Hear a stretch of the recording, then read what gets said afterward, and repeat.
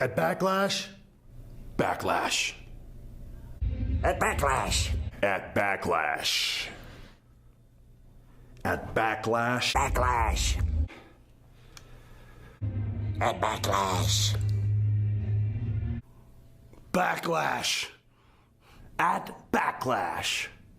At Backlash. At Backlash? Backlash. At Backlash. Well, what do we have here? But this is wrestling live post-game Backlash. Backlash. Lee Versage, Zach McGibbon with you. Zachary, how are you? Backlash, Lee. That's how I'm feeling after watching that. That was episode or a PLE of Backlash that I consumed. Again, I was a consumer again tonight here, Lee. You're a new man. I'm a new man. You're in the palatial estates. Yeah. Which is fantastic. That's right. And we are set to review one of the shows of 2026. Yeah, it certainly was one of them that we watched. There's a lot that I know I'm a new man, Lee. I know I'm a new man. Yep. Boy, were they testing that this evening. But you're a new man. I'm a new man. So come on. Zach, this was a show. And let's look at some of the positives here. Okay. I don't know how this show is going to turn out, but first of all, you're at the Palatial Estates and we're happy to have you. Second of all, it's 8:58 p.m. 8:58, and we're already doing a live post-game review of one of the shows of 2026. Yes. That's a positive. That's right. I'm here. I made the travel down, obviously, for Acclaim yesterday as we record, and here for today at the Palatial Estates. And I did not see this Fox that had come through the last time we recorded. I did not see it. It just got dark enough. Yeah. So you're probably not going to see it. No, can't see the Fox, unfortunately. So I might turn some of the lights on. I have a feeling that with some of your thoughts, I might be able to go. I did make myself a stiff drink. Mm-hmm. This is Jamaican ginger beer and Di Serono because I need it. I do. Yeah. After this one, okay.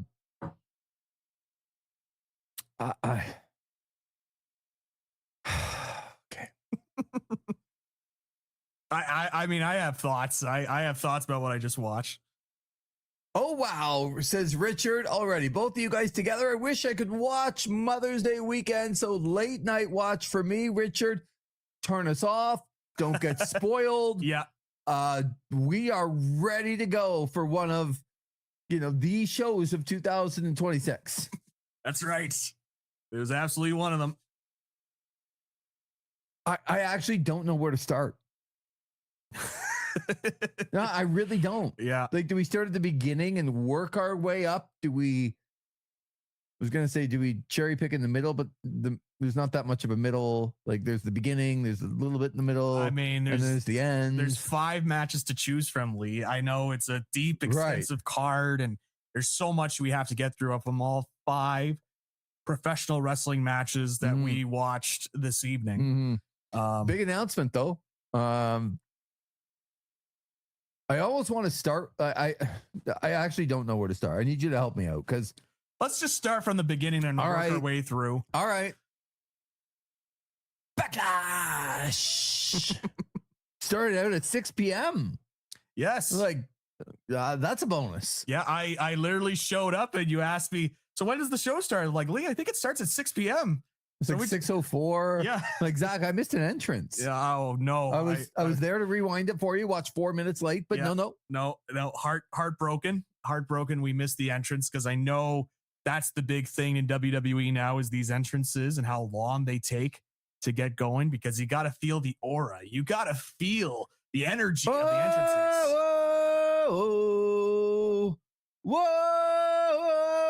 I'm just doing the entrance for you so that you understand what you missed. Whoa.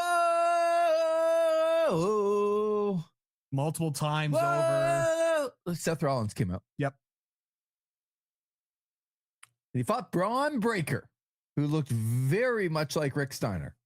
Yes. With a jacket. Coming out. Yeah. A little color to him. Like the vision was always black.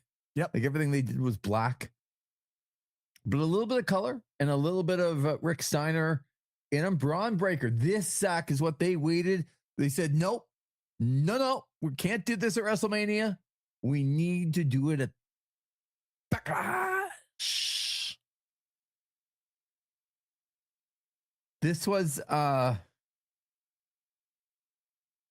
match between two guys. One guy that has not wrestled in few months.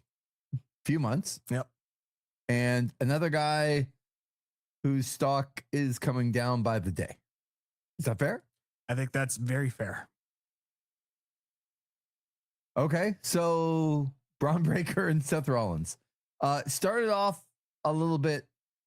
Well, I'm gonna say started off. It went clunky for the most part, like a bunch of missed moves, like not super badly missed, but noticeable with the caliber of these two. Noticeable enough that you're like, oh, like that's too bad for them. Like another one. All right. So what do we think? And you're going to talk for a bit, and you're a pro. I'm going to go and try and turn the lights on. Okay. Back there. So maybe if the Fox goes by, we'll have something else to talk about. That's right. Yeah. So I will. Zach, what did you think? Braun Breaker defeats Seth Rollins. And we both called for it, saying this has to happen. And it did happen that Braun Breaker defeated Seth Rollins fairly, almost cleanly. Well, yeah, I was just going to say that's kind of the big asterisk there when it comes to Braun Breaker being able to beat Seth Rollins. I thought the match itself, with everything that went on, and as Lee mentioned, some of the botches that came in. I know you're still here, but I'm trying to improvise here. But you're bro, I'm still here. You're still talking to me. it's. I mean, the Fox goes by, the lights are on, so the trees, you can see him. That's right. Now I can see him now. Right.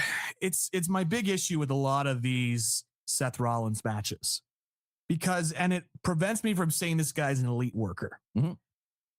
So the whole feud has been guy gets kicked out of the stable. Right. Braun Breaker kicks Seth Rollins out of the stable, and then obviously he gets out for months with the injury. Mm-hmm.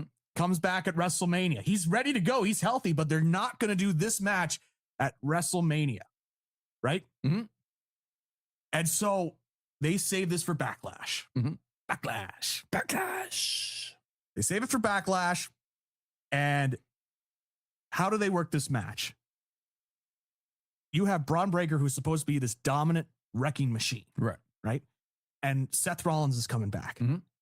So do you work it where Braun is just absolutely dominating Seth, and Seth has to work his way behind, and then maybe you throw in the interference if you wanted to? And then have Paul Heyman interfere, right? Because he senses the tides are turning. Nope, they just go back and forth. They just have a back and forth match, and it's like, oh, I'm going to do my epic spot, and then you're going to do your epic spot, and then we're just going to trade epic spots with no actual psychology behind it. It's just, you're going to do your move, and then I'm going to do my move, and then I'm going to counter your cool move with my own cool move because I am an elite level worker. But the problem is, when you're looking at the way that this whole build has been going, and I mentioned this years ago, remember the Matt Riddle feud with Seth Rollins? Yep. The whole thing was they had these, face-to-face, one guy on one side, the other on the other, and they're looking at the camera, and they're talking trash, and they're like, and Seth brings up Matt Riddle's ex-wife in the whole promo of it. Like, you remember all that? It's supposed to be this heated rivalry. Mm-hmm. And it's supposed to be this, like, finally they're going to come to blows. And what do they have? They have another professional wrestling match. No heats. It's just, you do your move, then I do my move, then you do your move, then I do my move. And we're going to just continue with like that throughout this match. And we're going to do this epic spot. We're going to try this spot. Now, in this case, with the match itself, the epic spots didn't end up being so epic. Right. So if you're going to try and do something like this, especially with a guy like Braun Breaker, Like Braun Breaker, you know me. I've been on this show. When we previewed the show, I said I'm gonna lose my mind if Braun Breaker loses to Seth Rollins, and I didn't want to hear anything about storytelling. I didn't want to hear anything about a narrative. It mattered more for Braun Breaker to win, and he did win. So I gotta give him Okay. So that's a positive. That's a positive. They didn't screw that up. They did not screw that up. But having said that, though, Ooh, Lee, there's a but. you're trying to do these elite level worker stuff. Mhm. And you saw just some of the stuff that was happening in the match. It was not clean. It was clunky. It was, if you're going to do a match like that, you got to be able to have the ability to pull off those moves. I can, take a botch, right? And you move on from it. I will say from that, that they at least moved on from that. It was, Seth was trying to do the Osprey spot where he's, rolls around and tries to turn it into like a power bomb, probably going to be a pedigree in that case.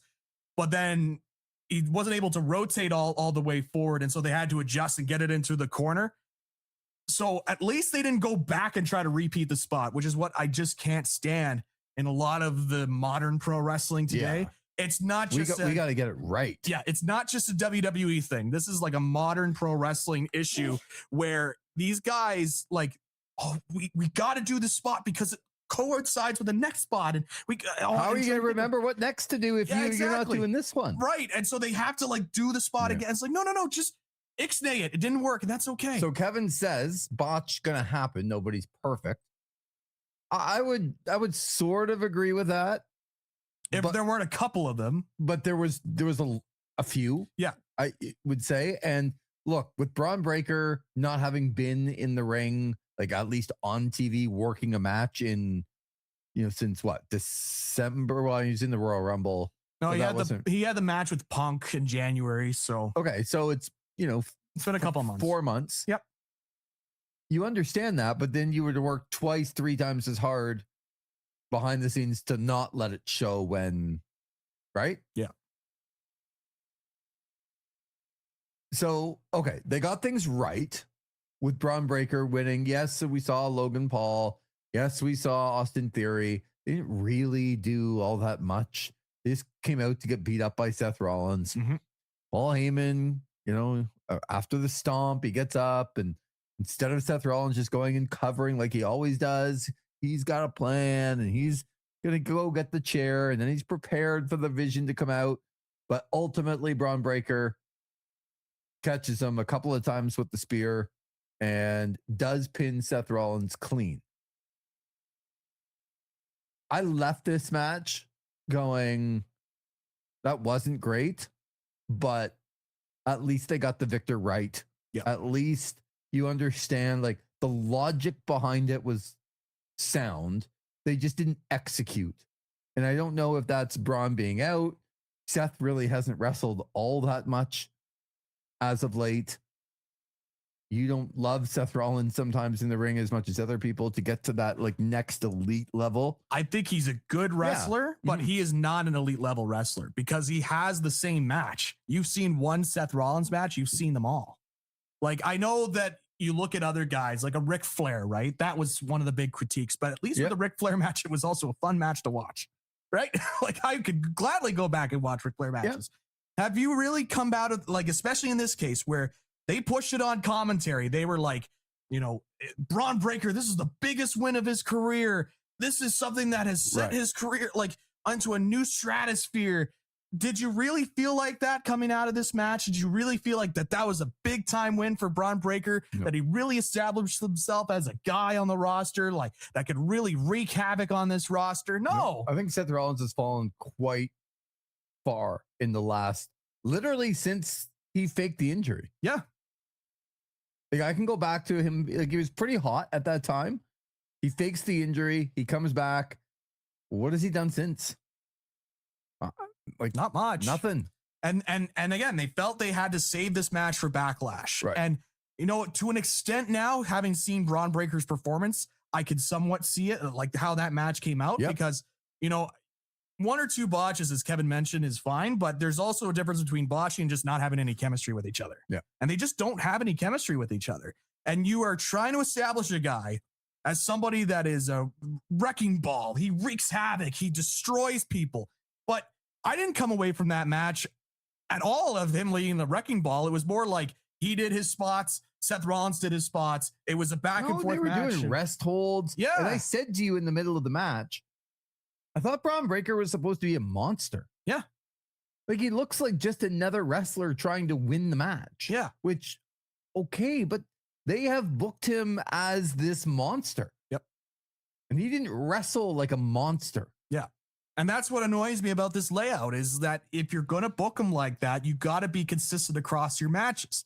And again, if Seth Rollins is just going to wrestle his match, like you can scream on commentary till the cows come home. Oh, this is the biggest match of his career. Like this is a defining moment in his career. But at the end of the day, it's got to be the feeling that comes away from the audience. Like, yep, that's a guy.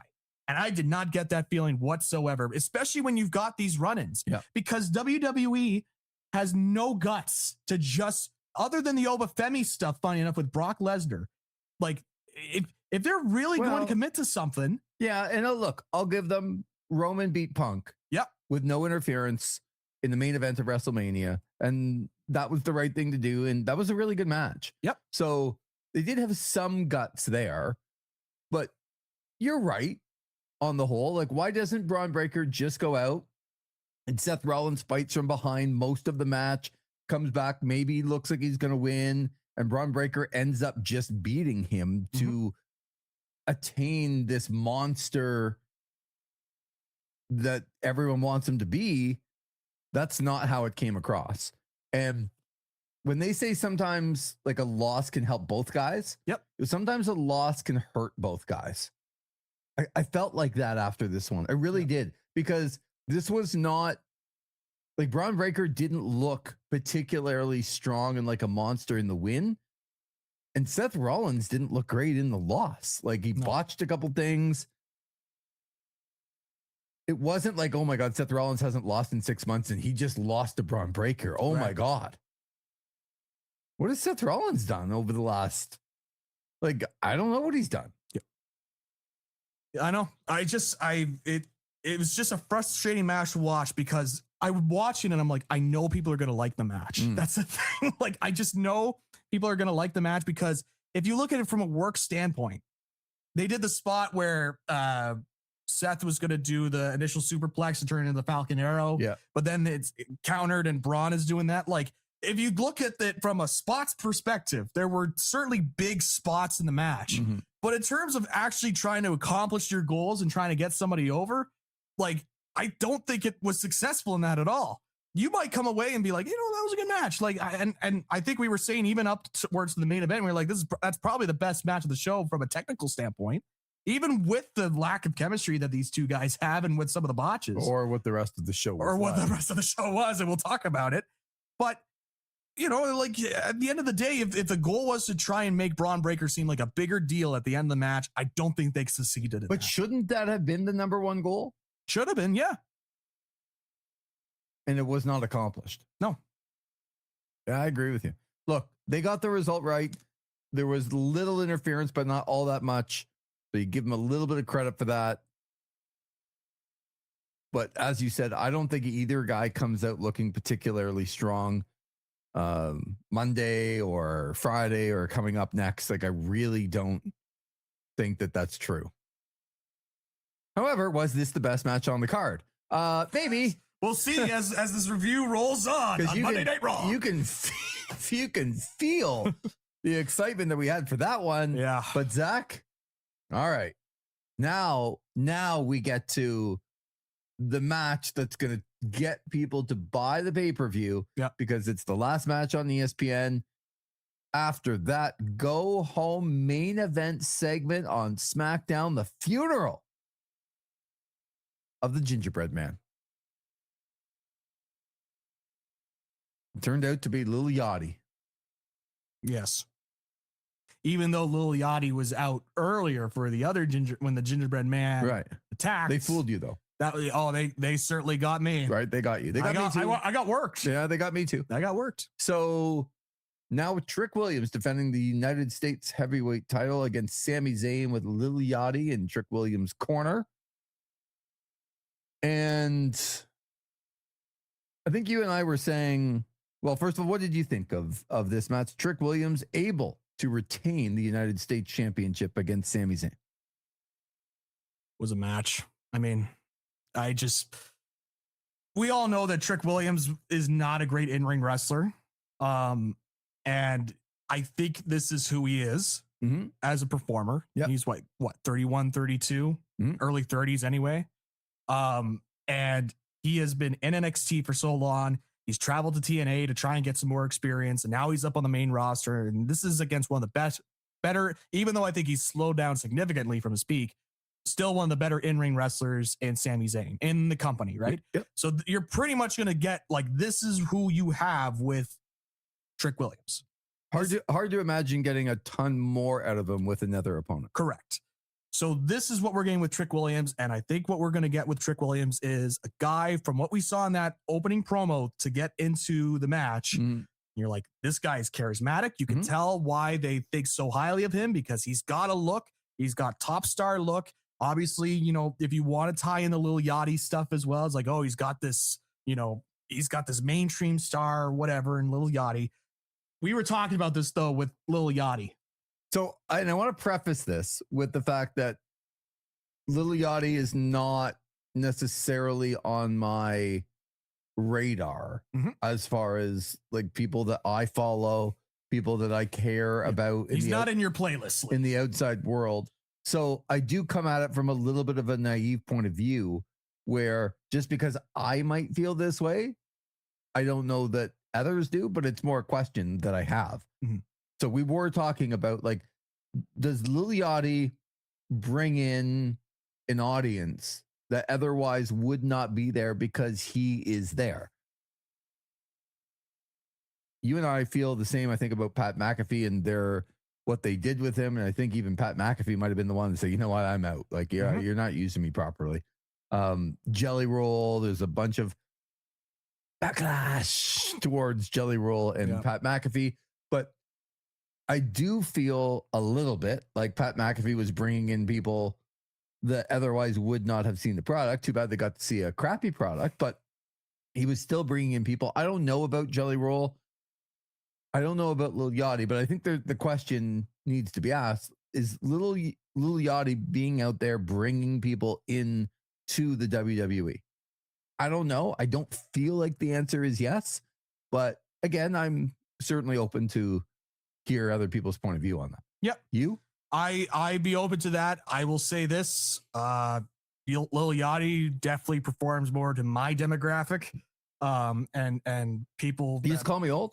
I'm just saying my demographic. That could mean anything. You know, in the advertiser role, that's, 25 to 54. So you would be in that demographic. So I'm going to give you a book that I got. You know what? Oh boy. Yeah. You know, it's time to educate you a little bit. Oh geez. It's a copy of 1984. The year that I was 9. Crazy. No, it's an interesting read, and I'm probably not going to give you the book. But, no, I mean, you don't deserve it. So, ouch. Yeah, because I'm not sure you're there yet, but it's called Valuenomics. Okay, and it's all about the absolute archaic nature of what demographics are, because we're going to place you in a box of age, and then we're going to tell you what it is that you like because you are of a certain age. And Zach, maybe I should give you the book because I feel like you are one of those guys that's out of, like, you're not in demographics. You're an old soul. You got things going on. I don't want to give you that much of a compliment, but you know a lot more than some people your age about a lot of things. And it's like, you don't, just because you're in a certain demographic doesn't mean you're necessarily kind of in the value graphic. Yeah. And this is all about a different way to put people in categories. Yep. It was a very educational read for sure. Interesting. Yeah. That's a lot of stuff on I'm old and I don't get Lil Yachty like you get Lil Yachty. Yes. Having said that, I could tell you, I just hit you with the John Cena fine speech, did I? We'll talk about it later.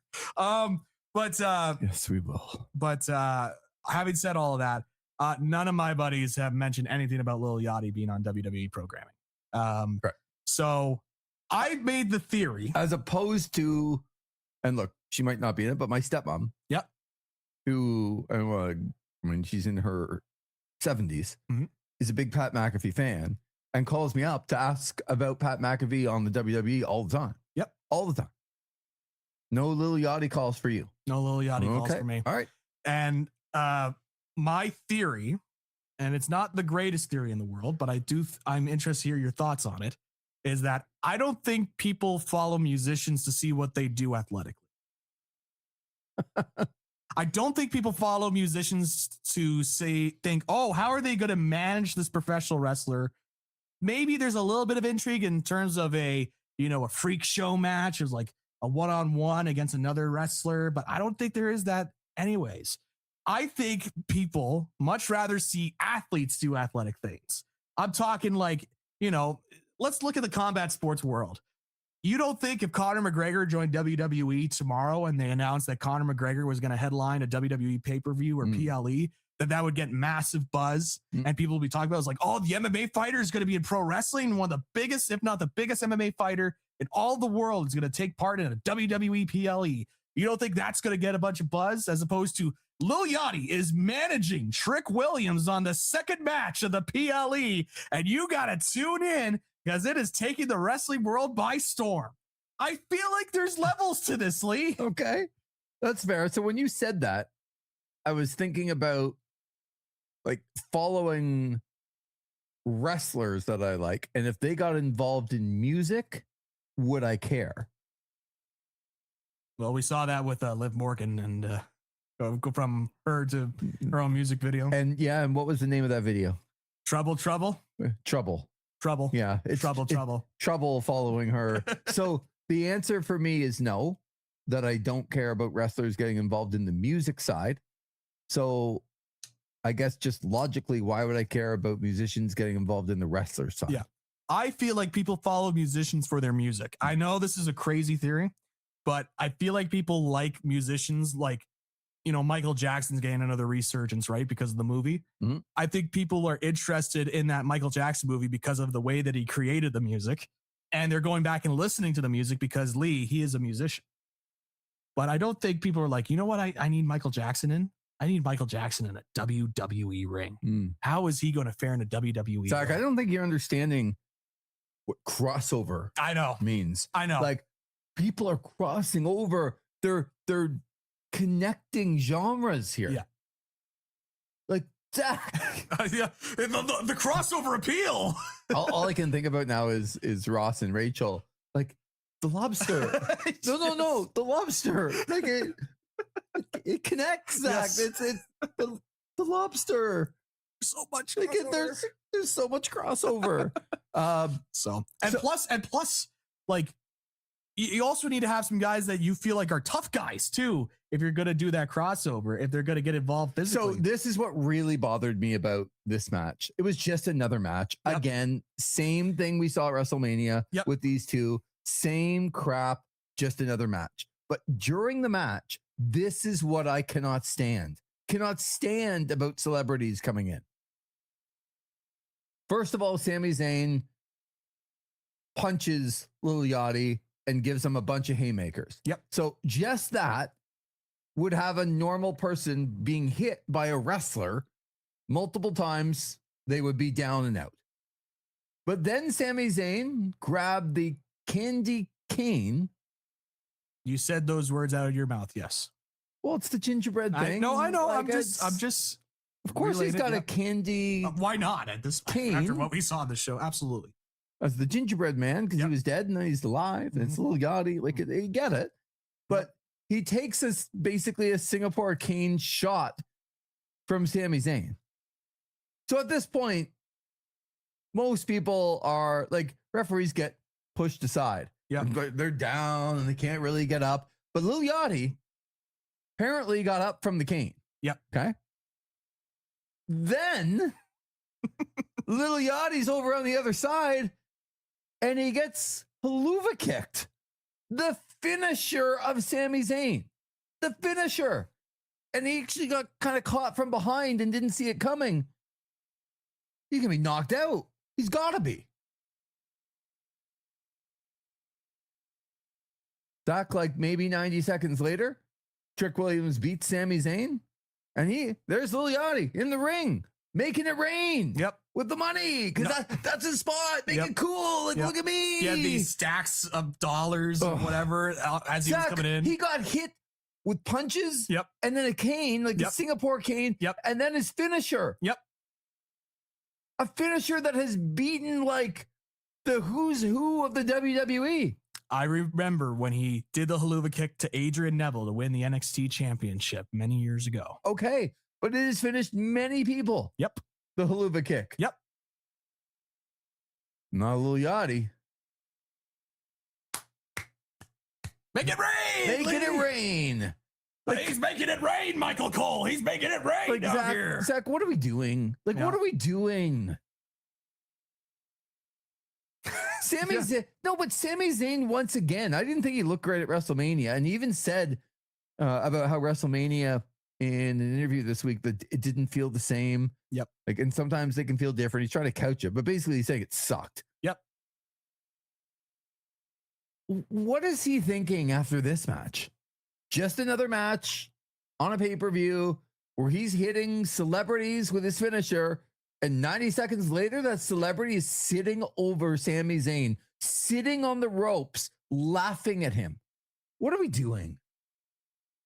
Yeah. And this is supposed to make me buy the 3-match pay-per-view after that on the ESPN bundle. Yeah. I know that doesn't affect us in Canada. I get it. But like, by the way, first match. What are we doing? What are we doing?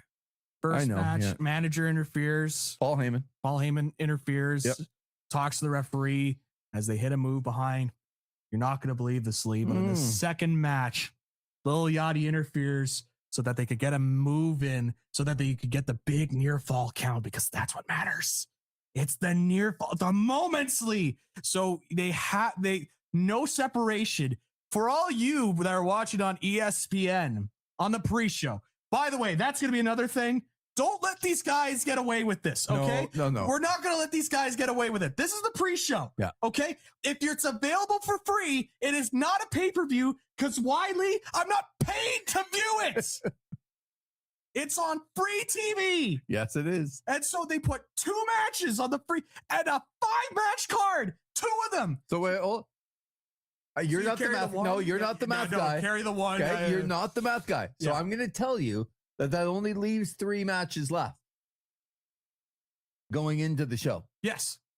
3. In the paid portion. Right. 3 matches. Right. 3. Not the 3 count. Not triple threat. 3 matches. I do like the triple threat. 3 count. Yes, 3 count. Shannon Moore and Shane Helms and more like Jimmy Wayne Yang, I think, was in there. I love me some triple threat with Shane Douglas and Chris Candido and Bam Bam Bigelow. I love me some triple threat. Yes. So don't let these guys get away with this. Right. I know that ESPN, because it's clear that they're not happy with the results, and so they're trying to find any way they can to get it onto ESPN, get people to buy ESPN Unlimited, so that they could get your $30 so that you could watch this pay-per-view. But don't let them do this. Just because they don't call it a pre-show doesn't mean it isn't a pre-show. It's for free. You can tune in on your remote, and you can tune in the United States. At least with us in Canada, it's part of the Netflix package, as you could make an argument for it, but it's a pre-show. Okay. It's a pre-show. So the paid portion is 3 matches, 3 of them. $30. US. That's $10 a match. Imagine saying I pay $10 for the tag team match between Danhausen and his mystery partner, which we will talk about because I have a lot to say about But that's the next match. Yeah, I know that I'm saying, and against the Miz and Kit Wilson, and you sit back and you say, I paid $10 for that match. So don't let these guys get away with it. I know, US, if you're a US viewer, don't let these guys get away with it because you are not getting your value. I know people talk about with AEW, $50 pay-per-views, $55 pay-per-views, but you're getting 12 matches on there. 12 of them. And I know you go into midnight with a lot of these shows, but do I ever come away being like, man, I got shortchanged on that? No, because there's 10 matches that I paid for with my money. If anything, the value is much better because I'm paying less for matches on the AEW pay-per-view than I am the WWE pay-per-view. Sometimes about $4 a match if they're doing 12 matches. And that's for Will Ospreay, Hangman Page, MJF, Kenny Omega. This is not an AEW show. I know, but I'm trying to exemplify it to make the point. I know. Because those 2 matches were for free on television. They said, you thought this was great. Wait until you put your $30 into the paid portion of the show. And it's like, follow us over to the ESPN app. Make sure you have ESPN Unlimited because, boy, you thought those matches were great. Because when I came back, I was like, man, Trick Williams and Sami Zayn, that's a match I'm so glad that I got to see on my TV. A Monday Night Raw ass match was on, the pre-show portion. And then you got the Braun Breaker and Seth Rollins match where the guys were clunky and couldn't get it together. And then you had the run-ins, and then you had Braun Breaker winning, which is but they're telling you that is the biggest win of his career.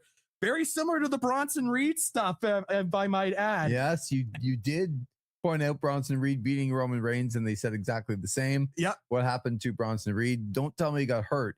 He didn't evolve into a bigger star. Nope, he did not. Because of it. Nope. And so now you've got this stuff. So we have set up now what's coming up next. You are now going to get set for the paid portion.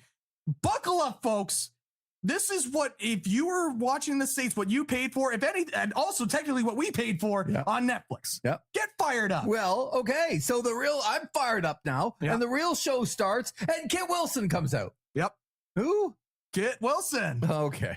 He's not toxically. But then my guy, he makes me happy, The Miz. I like him. Not great in the ring anymore. That would imply he was at one point.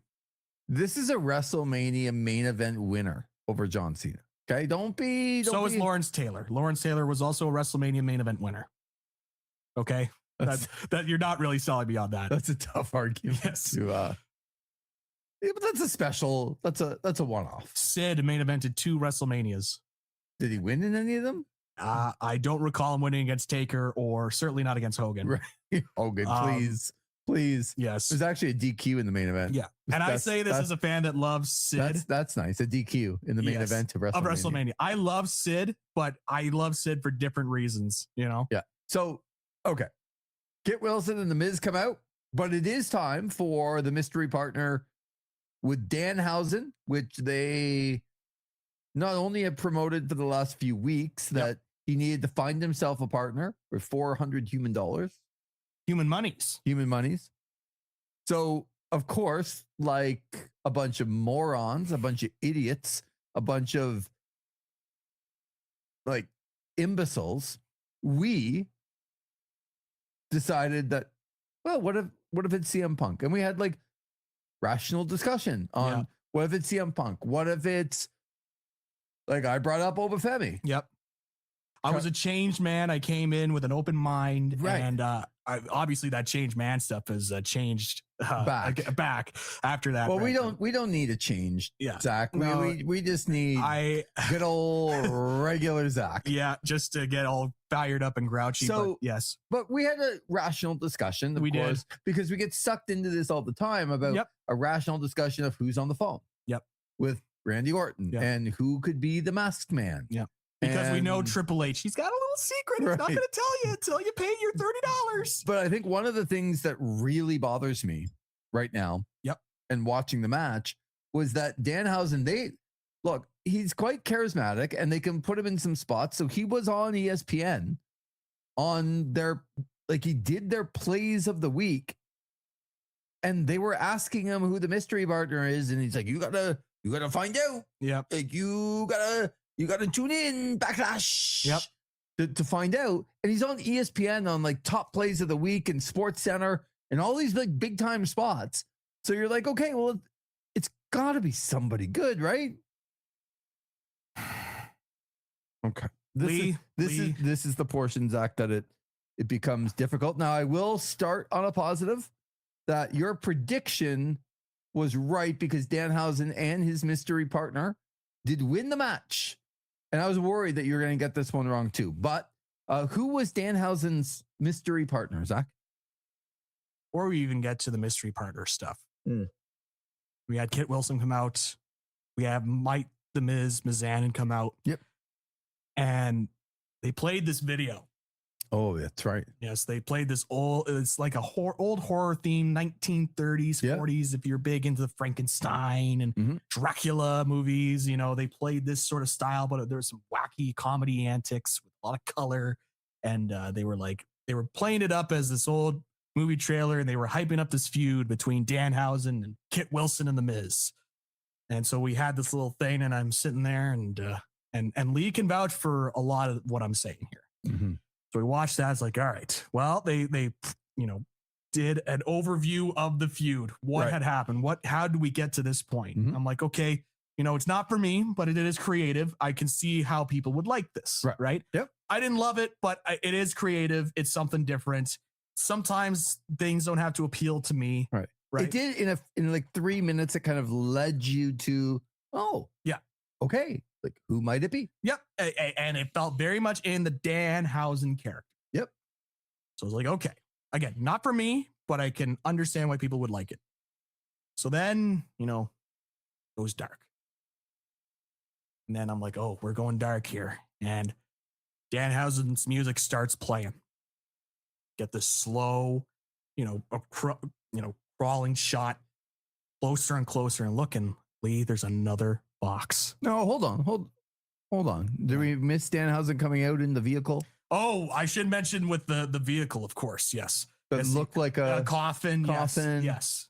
He drove it around. Yeah. Honk, honk. Like he was driving around. He's doing his best Jack Perry impersonation, driving the bus. Yeah. He's waving at the kids and all that. I'm Danhausen. Yeah. He's driving around. And then he went back to, there was another box. Yeah. There's another box. Yeah. What did the box say? Lee, the box, as we are zooming in, I'm like, oh no, there's another box.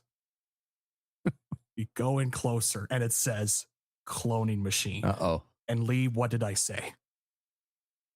You said it might be like a mini Danhausen. And I said, well, Zach, there's no way. You told me there's no way. I said, there's no way. They're not doing this. And what they're going to do is just somebody who's going to come out, like whether it's, well, as it got closer, I'm like, it's not Punk. See, Punk's not coming out of the box. As it got to the bottom, I'm like, CM Punk is not coming out of that box. Punk's not coming out. Punk is like, excuse me, you want me to do what? Yeah, no, that's not happening. No. But I did think that somebody else still, like, I had this like hope that there was still someone coming out that would kind of have the Danhausen paint on that you could say, like, let's say it was Obafemi.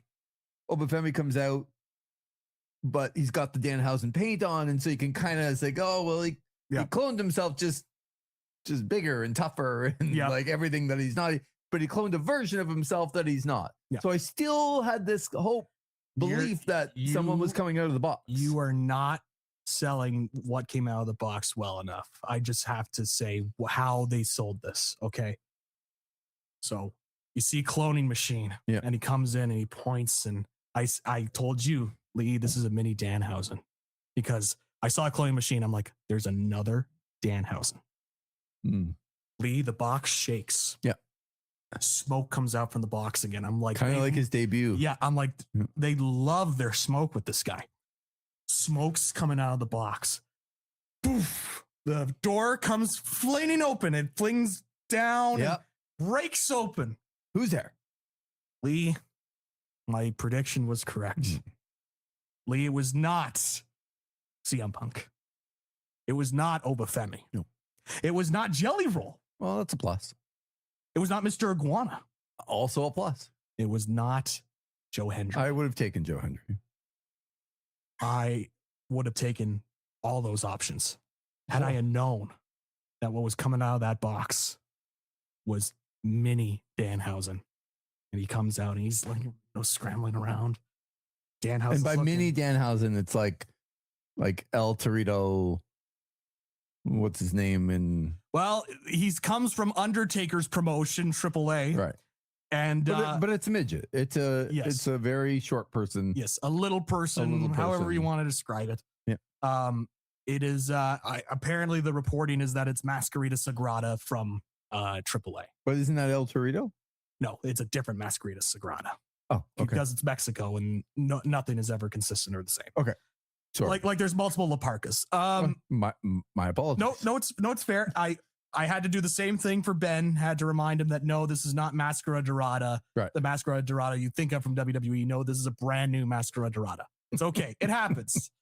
Like, just change the gimmick. It's okay. So this little person comes out. He's in the Danhausen gear. Mhm. And I'm like, oh my God, this is the mystery person.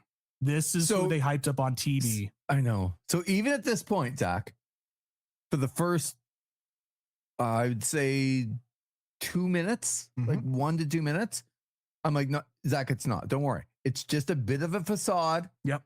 And I actually thought they were going to do the juxtaposition of like bringing out the short person and then bring out Obafemi. So like you could see like Danhausen almost looked at him and he's like, okay, I got the little person. But then all of a sudden Obafemi was going to come out. Yeah. And everything would be fine because he's upgraded quite a bit. Yeah. So I'm even in the first 1 or 2 minutes, I'm like, they're going to play it off like this is the person. And it's, don't worry, Zach. Yeah. It's not the person. Yeah. I kept looking at you, Lee. And as they were getting close to the ring, and Lee, he went through the 5 stages. There was the denial. Yep. It's like, no. There's another guy that's coming in. Yeah, that's true. Yeah, there's the denial. Then eventually got to the acceptance once the bell rang.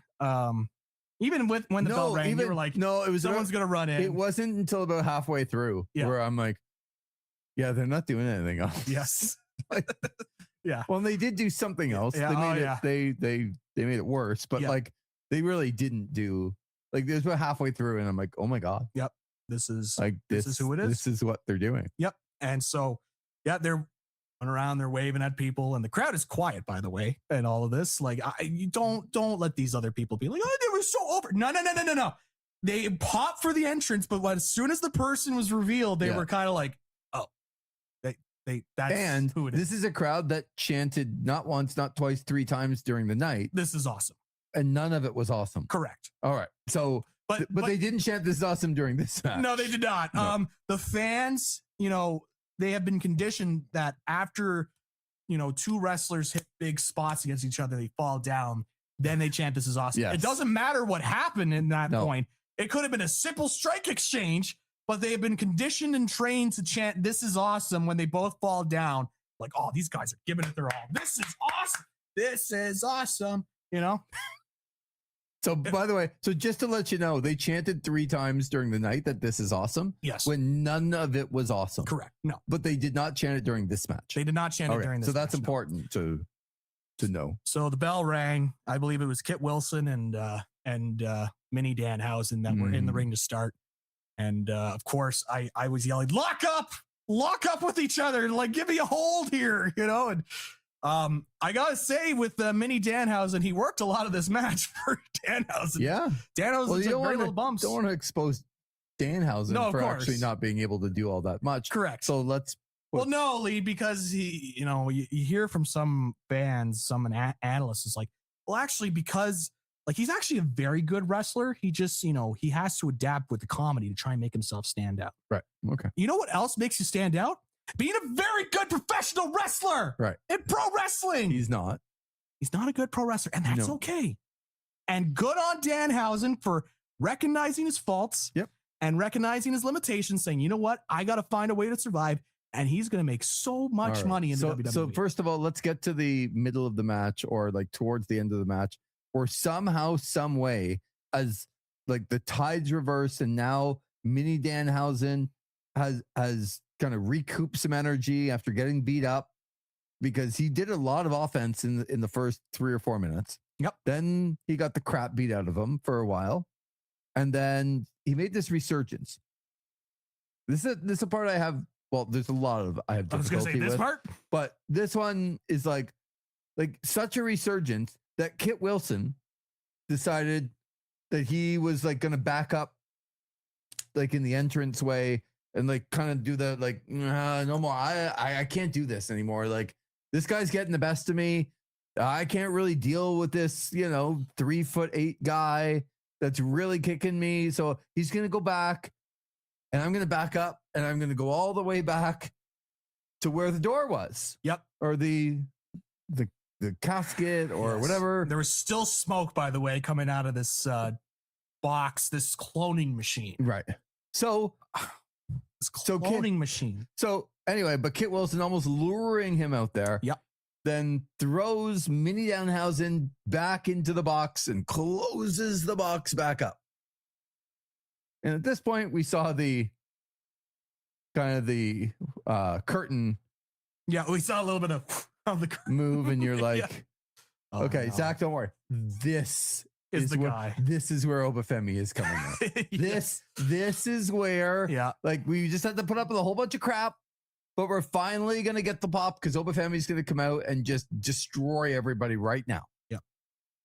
So Kit Wilson closes the box back up, and he goes, oh, okay, I got him locked in there. Everything's going to be okay. And then what, Zach? Smoke. Right. Box moved again, the cloning machine. Mm-hmm. And I was like, no, they're not doing this again. I thought we'd learn from WrestleMania, Lee, about the reaction, but no. I don't know what it is with Paul Levesque and his fascination with little people, but he probably finds this so incredibly funny. So he gets thrown in the cloning machine, door shut. And I'm looking at him like, wow, this is WCW 1991. Or as MVB says, I think RVD was behind the cloning machine when Kit shoved Minihausen back in. Lots of smoke. Yeah, there was a lot of smoke. It's a good one. You know what? I wish it was RVD. It's a good one, Marcus. I wish it was anybody, but what came out? It would have been something if it was RVD, but door opens back. Right. Obafemi. No, Lee, it was not Obafemi, and it was not CM Punk, and it was not Jelly Roll, and it was not Mr. Iguana, and it wasn't Joe Hendry. No. In fact, it was, I think, 5 other Minihausens. Yeah, it could be 6. Could be 6. Yeah. Who cares? I mean, there's multiple Minihausens. It all just starts running into the ring, and Michael Cole at his absolute worst, just yelling, just like, Wade, he's on your lap, Wade! Wade! He's on your lap. Camera's not showing it. And the camera's not showing this. No. I honestly, I don't care that they're on, but Michael Cole, because nothing can ever breathe in this company, especially when it comes to comedy. So Michael Cole has to yell at you about how funny this is, and like the hilarity of the situation. He's just yelling into my ear, just like I'm yelling throughout this review about what I watched, what I witnessed. On this match. And so there's all these Minihausens. Lee, did it finally end? Well, no, there was the fake kick out, and like there was the spot where you're like, Zach, you're gonna lose. Like this is where the Miz and Kit Wilson. And honestly, at that point, I wish I would have lost, because that would have meant the match was over. But that did not happen. No. It continued on, and I'm like, you know what? The funniest option here for me would be one of the Minihausens pinning the Miz, just to see the look on Versage's face, to see his guy lose. Right. But that did not happen. Danhausen did get the victory. Lee, I don't understand. I don't, and I know, and I will talk about what Michael Cole said after the match too, his reaction, and I'm sure people took note of that too. So first of all,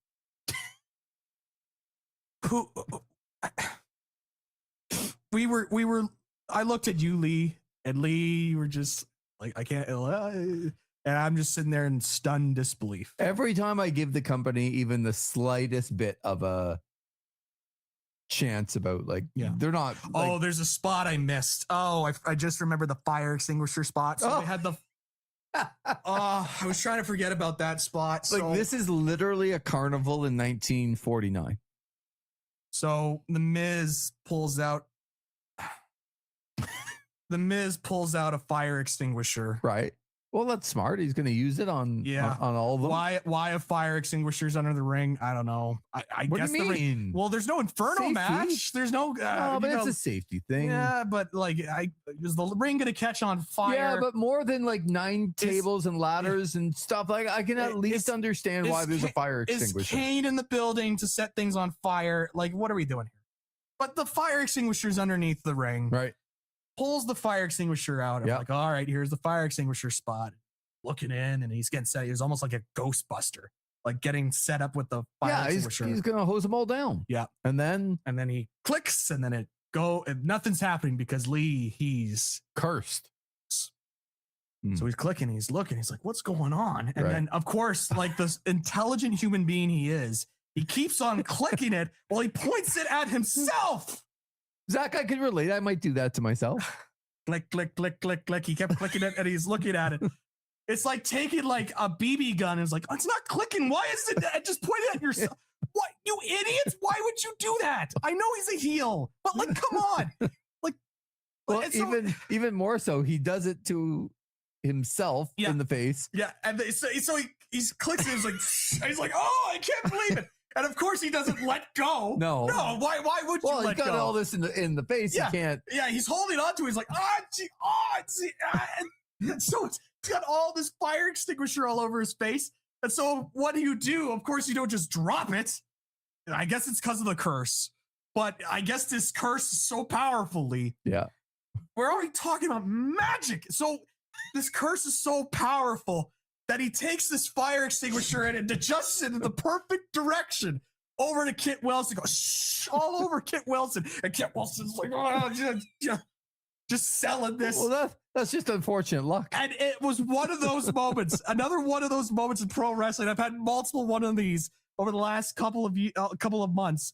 But I'm so glad it's just you and me in this building here, Lee. Yeah. Because I did not want anybody to walk in while that spot was happening and be like, Zach, what are you watching? And then I have to sit there and say, look, there's a cloning machine. There's little people that are coming into the match and the fire extinguisher assault.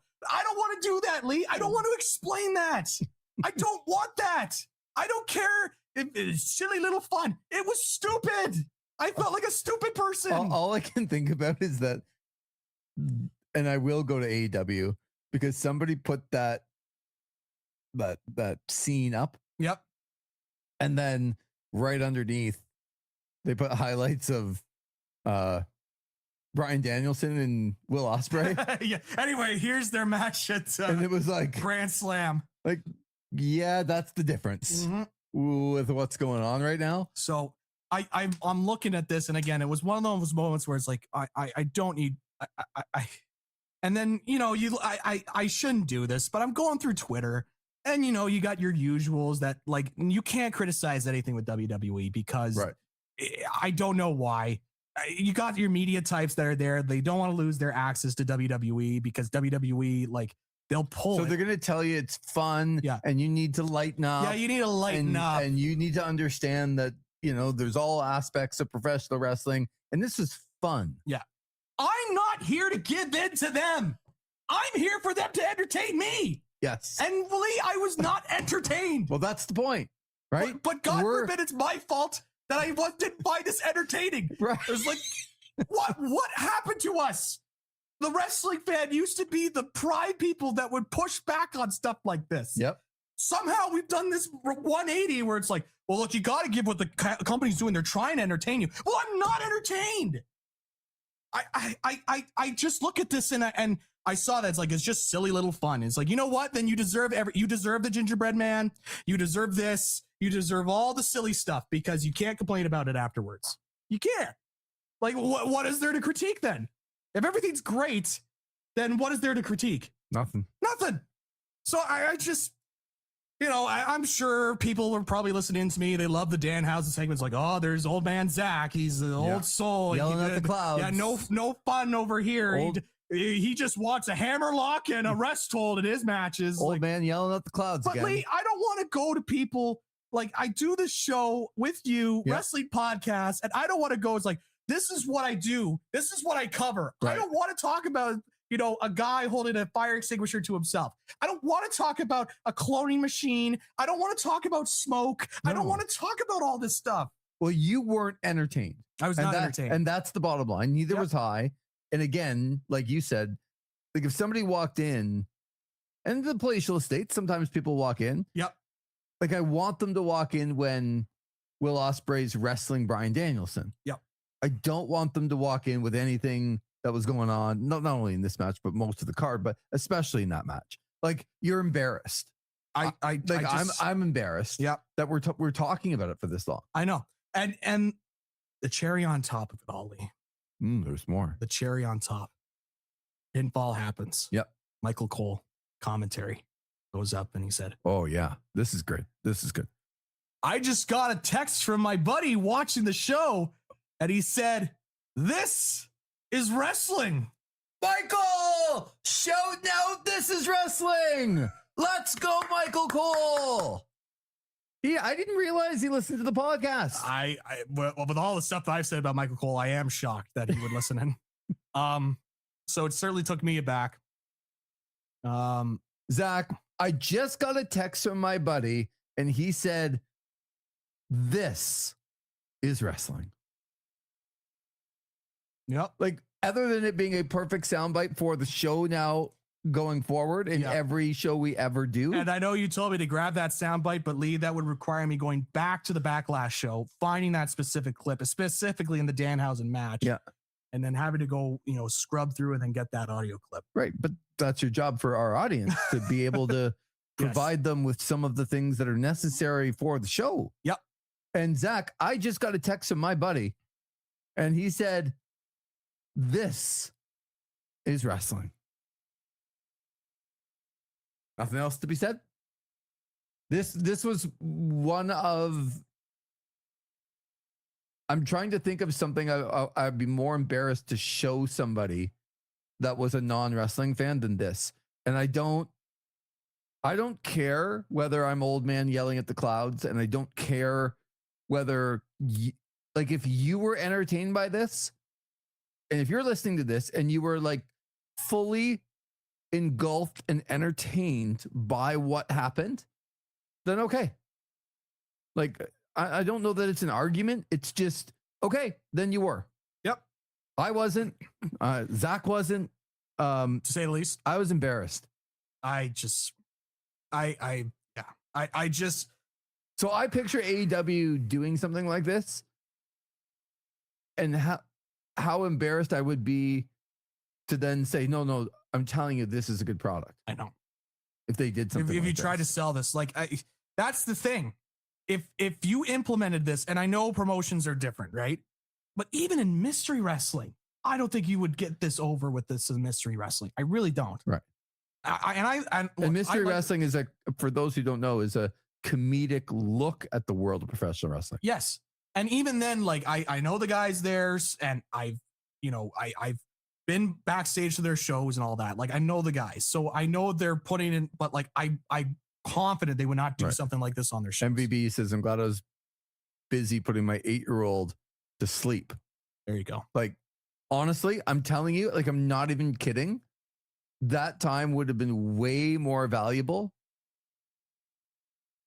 And he says, for most of tonight's broadcast, so I can fast forward through commercials. Yeah, we'll talk about that too. But I don't even know that I'm exaggerating when I say, like, I probably enjoyed the commercials more than this match. Yeah. Like, this is one of the all-time. I just don't ever want to see or talk about it or show anybody again. And I am one that has, at least on this program, stuck up for, I find Danhausen in his short bursts on Raw or SmackDown, like, I find him one of the most entertaining parts, if not the most entertaining part of the show. Yeah, the Backlash promo that he did on social media was funny. We continue to quote it. Yeah, it's funny. It's funny.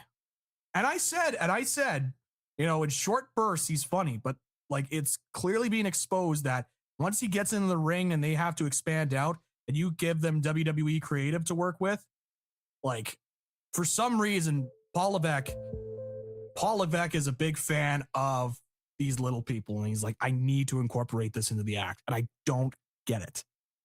Like if you were to have told me that Vince McMahon is back, I would believe you. Oh yeah, 100%. Yeah. But this is Wrestling Lee, so clearly I am, out of touch. I have, But this is how they started their 3-match. Like, if you paid your $30 and now it's $10 a match. If you're a wrestling fan, did you get your $10 worth in this match? I don't know. Here's the thing, Lee. I think if you're the WWE fan, I think you would have found some entertainment in that. I really do. I think we might be the outliers. I really do. That can't be. I know. I do think we are the outliers. I was thinking all night about if you had like paid whatever you paid to go to Tampa to watch this card.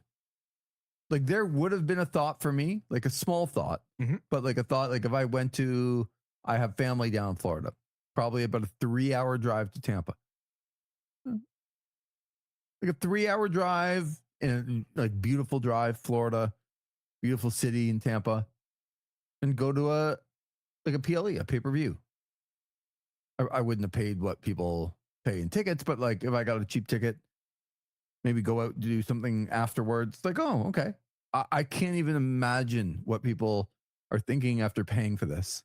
Like 5 matches, 3 on the pay-per-view card. It is so mind-boggling. Yeah. But that started the paid portion if you're in the US. All right, let's move on to match number 2 on the pay-per-view portion. Match number 4 on the night, Io Sky and Asuka.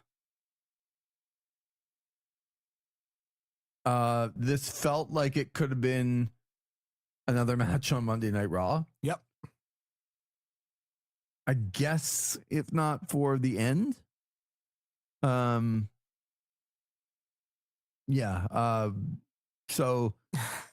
Io Sky beats Asuka. Yeah. What did you think of this match? It was not a bad match. Pretend I'm here again. I'm just gonna go. Sounds good. My throat's a little sore, and a little Zach, sore. Quite frankly, I'm not happy. And no, I understand. Go get another drink. No, fair enough. I will carry the broadcast here. Yeah, no, I thought it was another match. It was not a bad match. I think these two, there clearly is some chemistry here. I think the thing that I have, and I've said it in the last couple times, that we've gotten a chance to review Asuka in her matches, where I think she's at the stage of her career, very much in the back half of her career. I don't think this is the peak Asuka you see from 2017 onwards to, let's say, into the pandemic, 2021, 2022. So I don't think this is the prime Asuka anymore. I think this is clearly, again, back half of the career of Asuka. And Io Sky is somebody that I think is a high-level wrestler. Very much happy that, she's bringing it in this promotion. But I look at this match and, again, wasn't technically bad. I didn't come away like that was a bad match. Right. I thought it was, I thought there were some good moments here, but it was a very, like, if you were to put a star rating to it, and some people might roll their eyes on it, but it's the only way I can give a proper context. This was a 3.25 star match. Like, not bad, not great. It's one of those things that if it was an extensive card with better matches on it, this would be a nice little match in between. But just another match. Yeah. Like, not a horrible match. Yeah. But just another match. And I was a little concerned for them because right from the jump, you had the "We Want Kyrie" chants. Mm-hmm. And I'm like, I don't blame the WWE audience for chanting that, because we saw what happened with R-Truth, and they gave R-Truth back. And obviously we see the money-making run he's on, and he's, catapulting a new era of WWE. But, they were able to bring R-Truth back. And so the fan base thinks, oh, if we use our voices loud enough and we make it known that we want a certain person back and we don't like that you cut this person, they're going to find a way to bring them back. And there were fans that were really adamant to try and bring Kairi Sane back because she had to finish her story, which is a lower level story on Monday Night Raw. They felt they had to fly her back from Japan to get it to Tampa, and they felt the need for that. So I don't blame the WWE audience for thinking that if they chant loud enough, she would show up, and then there would be some sort of a conclusion to the story. But What have we been saying the last couple of weeks about TKO, Lee? They don't care. They don't care. They don't care. They don't care. So they went out there, they had a match. Now, we didn't see the post beforehand from Asuka that's now been going around. We didn't see that post beforehand. So we weren't really as moved about the ending when it happened, Right. because they did the handshake, they did the crying stuff, and I really didn't feel too much from it. But we then found out later on that, Asuka was teasing this was a potential retirement for her. She's, this might be her last match. Right. And so it changes it a little bit, or it's like, okay, this is like one of the last matches, if not the last match, and it's against a high level opponent like Io Sky. And, They cried at the end. They hugged. I understood it a little bit more once we got that context. But even then, like, if you're somebody that's not on social media all the time, there was no explanation of it on commentary. None. There was nothing. So I was just looking at this like, I don't understand the emotions here, and raising the hand. And it's like, it'd be one thing if it was, it wasn't exactly, wasn't exactly Manami Toyota out there wrestling against Jaguar Yokota. Right. So obviously, as everybody knows. So, it wasn't high level of a match. It wasn't, watching Akira Hokuto out there. So got 3 in. Yeah, I got 3 in. It's not exactly Bull Nakano. So, it wasn't that high level of match. I thought it was a solid enough match. But, they felt the emotions, and if that is the final match, I think it's a good run for Asuka. I think she went way better, especially for talent from Japan, how you usually see in WWE. The most successful, Japanese talent to ever go to WWE and succeed. Yeah. I think that's very easy to say. Yeah. And this is a company that had Genichiro Tenryu on their roster. And Shinsuke Nakamura at his peak. So I think that says a lot that they were able to get a lot out of Asuka. So, yeah. So again, it really didn't. It was a bang average match for me. Nothing too crazy. Maybe with some good stuff. Again, not bad, but yeah. It's just it wasn't bad, but it was just another match. Yep. And it didn't feel to me like if you only have 3 matches on your pay-per-view card, they're going to be 3 of the best matches ever because you only have 3 matches on a pay-per-view card. Yeah. So, like, if this is one of the 12 on an AEW card, it's a good match. Yep.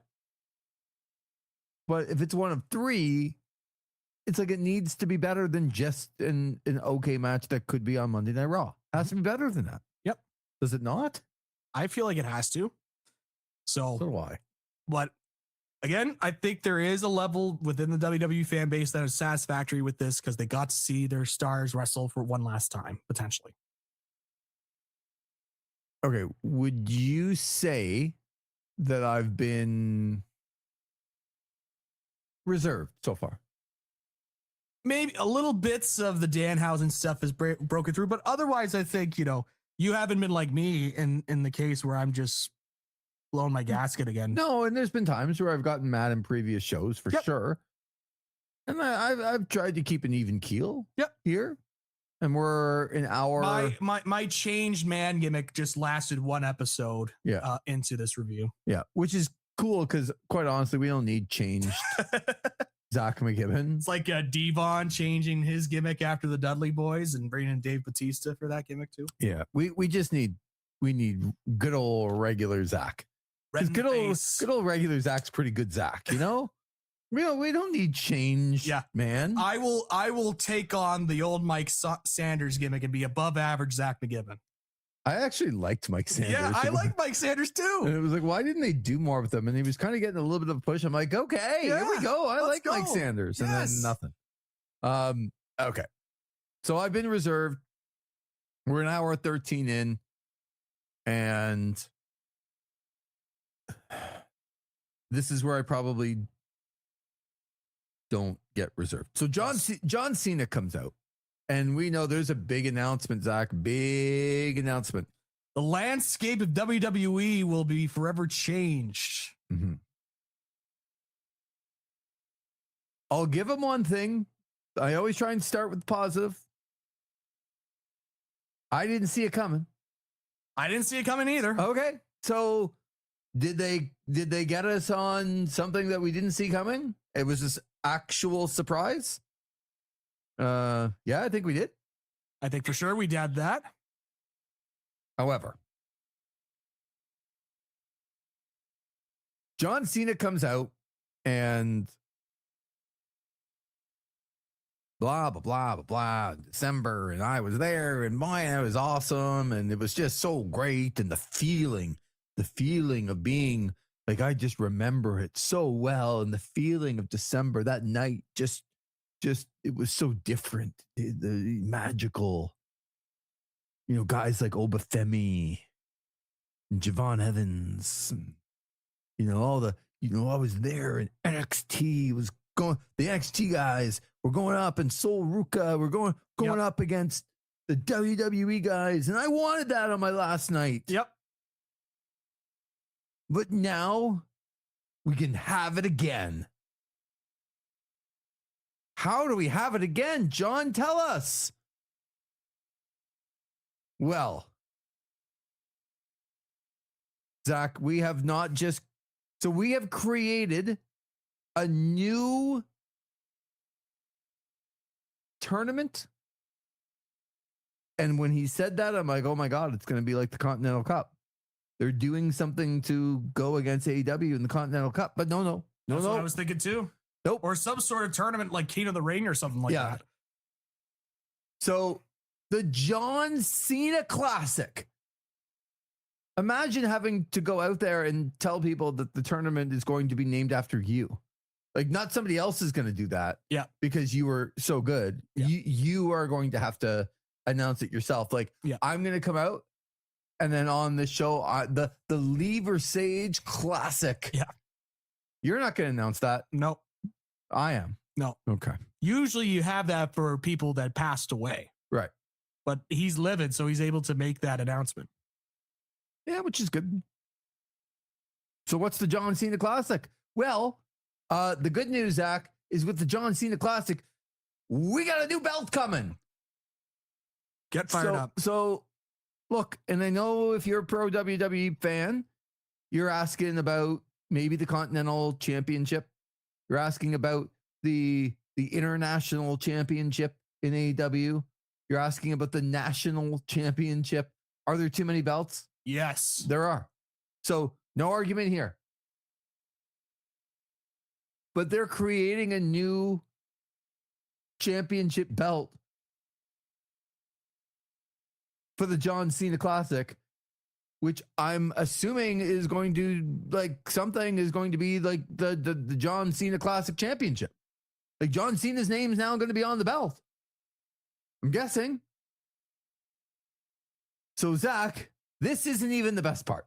Like, you would think that John Cena coming out to announce that he's got a tournament named after him and a belt that's also named after him, that I was going to say the winner, but oh yeah, we'll talk about that. Yes. Oh my God. Sorry, Freudian slip on my part. Whoops. How dare you think there'd be a winner in pro wrestling? Yeah. So somebody is going to win the John Cena Championship at the John Cena Classic, and John Cena's here to announce it all. What is the John Cena Classic? What is it going to be about? So it's going to be one night, a PLE, and it's going to be NXT stars against WWE stars.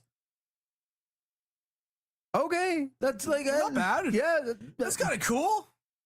You're gonna have some of the WWE guys go over and not put over the talent.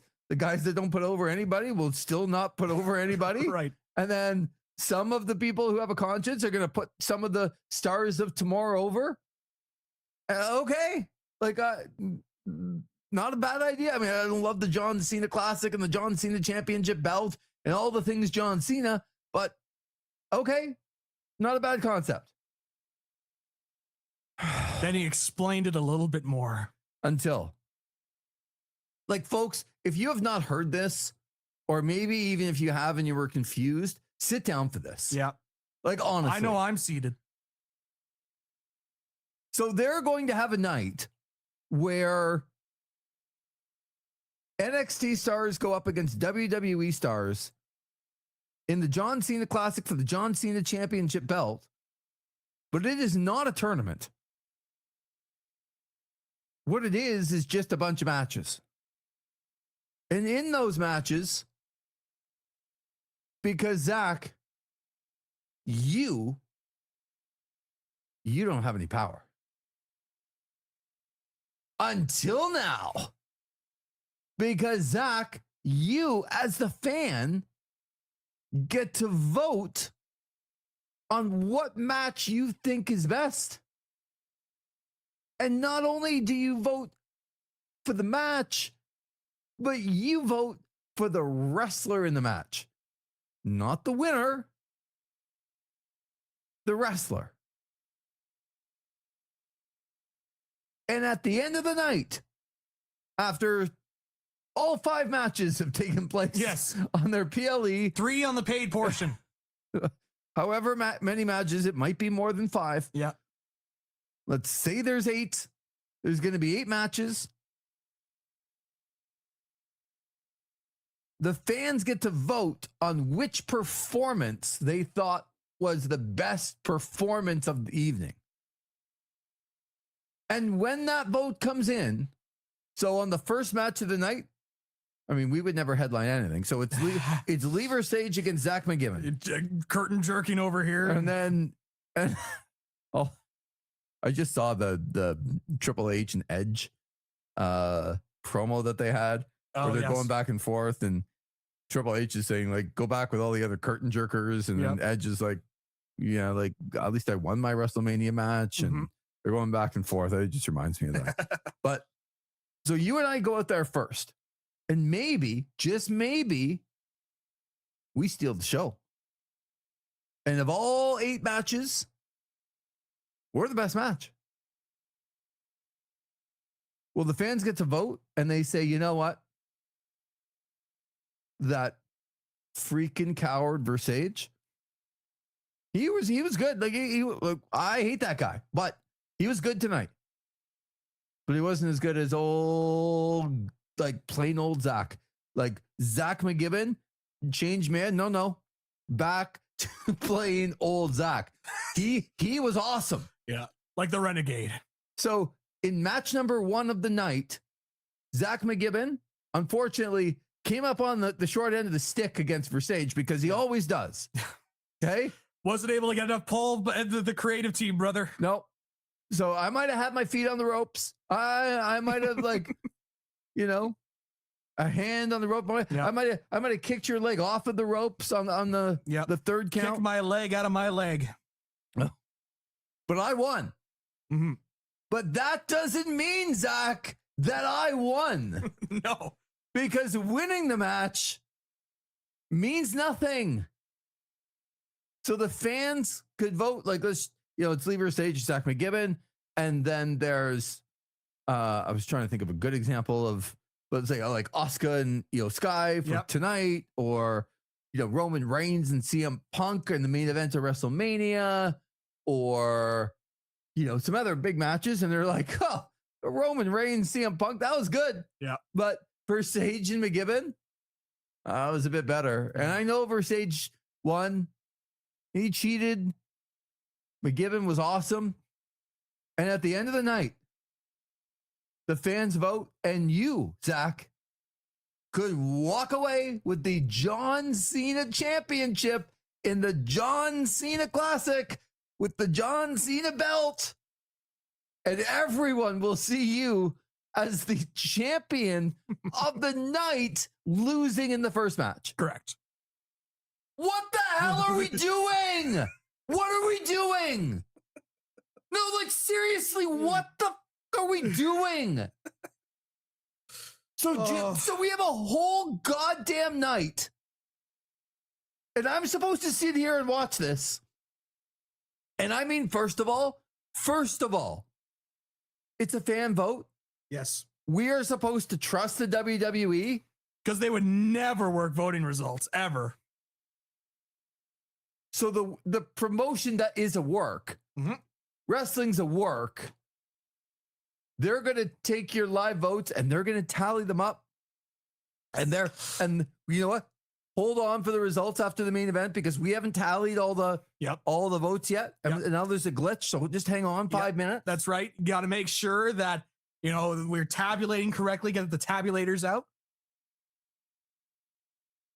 Ryan Seacrest is going to come out. I'm telling you right now. I'm telling you. Ryan Seacrest is going to come out. Tom, dim the lights. Here we go. And they're going to read the results. Yeah. And all the wrestlers are going to be in the ring. Like a bloodied CM Punk. Yep. After Roman Reigns has beat the crap out of him. He's going to stand up and then they're all going to stand there. And they're all going to look down and go, and the winner of the John Cena Classic is... And you know how long that pause is going to be. Yeah. Before they show every single person. The crowd will go, oh... Zach McGibbon! And all of a sudden, you're going to win the John Cena Championship belt. Yep. And the winner of the John Cena Classic with the championship belt as the loser in the first match. Zach, where the hell have we got? Like, I don't even care about the mini Danhausens anymore. Like, well, what are we doing? And then the WWE's going to put it out like, don't worry, just you vote. It's going to cost you money to vote, of course. Absolutely. You know what's going to happen? You have to subscribe to Club WWE to vote. That's what's going to happen. I'm telling you, it's going to happen. You got to subscribe to Club WWE so you can get access to the voting polls, so you can take part in the John Cena Classic voting. That's going to happen. I'm telling you. You'll be sitting there in the private lounge with all the other WWE fans celebrating your 25% off tickets for your Monday Night Raw in your area. Zach, I said I wouldn't love if this were a draft. Yeah. Like if they were going to announce that there's going to be a draft. Yeah. I want a draft? I would take a draft. Yeah. Like I sold you on the Mel Kiper idea, didn't you? Zach, what are we doing? So they're going to know almost no matter what who's going to win this whole event beforehand. And that's what wrestling is. They know who's going to win, but like they're going to know no matter like what people vote. It won't matter. They'll tell people it matters. They'll take their money, but it will not matter. Yep. And if it happens to be somebody else that goes out there and like steals the show and has this unbelievable match that even the WWE can't go, like, we need to pivot. Yep. They're just going to stick a championship belt on this person who might have lost. And then what, Zach? What happens next? Is that belt defended? Or do you wait a year? We don't know. To get back. What? We don't know. They might carry it around and be like, look, I'm the person the fans want. Thank you to the Club WWE members that voted for me as your champion of the John Cena Classic. Working the fans, brother. Zach, I know I've said this before. Yeah. But when I have to sit through this event and come on here after the event, that might be it for me. Like that. Like as far as WWE is concerned, I do find it hilarious. It's not the mini Danhausens and the cloning machine. No, it is, but I still come back because we all love professional wrestling and we all have hope, and it's the hope that's going to kill you. The Ted Lasso, like it's why we're 300 and I think now 78 episodes in to this show, not including our bonus audio, and we are still here. Because somebody 7 years. Yeah, 7 years. 2019 was the first episode. So like, 7 years. So like it's the hope that kills you. Yep. But it might not kill me. Or it might like absolutely put a stake through me. And that might be it. Yeah. After I have to watch this. Because I just don't even know one redeeming quality. I'm so embarrassed for John Cena. Like, yeah, he goes out there, is like, hopefully this works. His own concept. He said it's supposed to be the John Cena Classic with the John Cena belts Yes. on a John Cena night Yeah. that somebody's going to go out there and out hustle and outperform everybody on that one night. And that could be you. And they're going to be the John Cena champion. And John Cena tonight said, man, I hope this works. What the fuck are we doing? What are we doing? Like, what? So say, who would you give the belt to tonight? We haven't even got to the main event yet. Yeah, we haven't got to Who it. would you give that title to if tonight was the John Cena Classic? Ugh. I'm being partially serious when I say this, Lee. What do you mean partially? What does that mean? Like, who are you giving the belt to?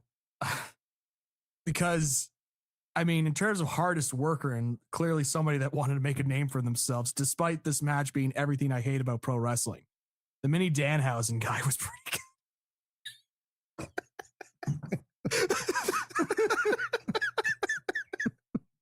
He wasn't bad. He was not bad.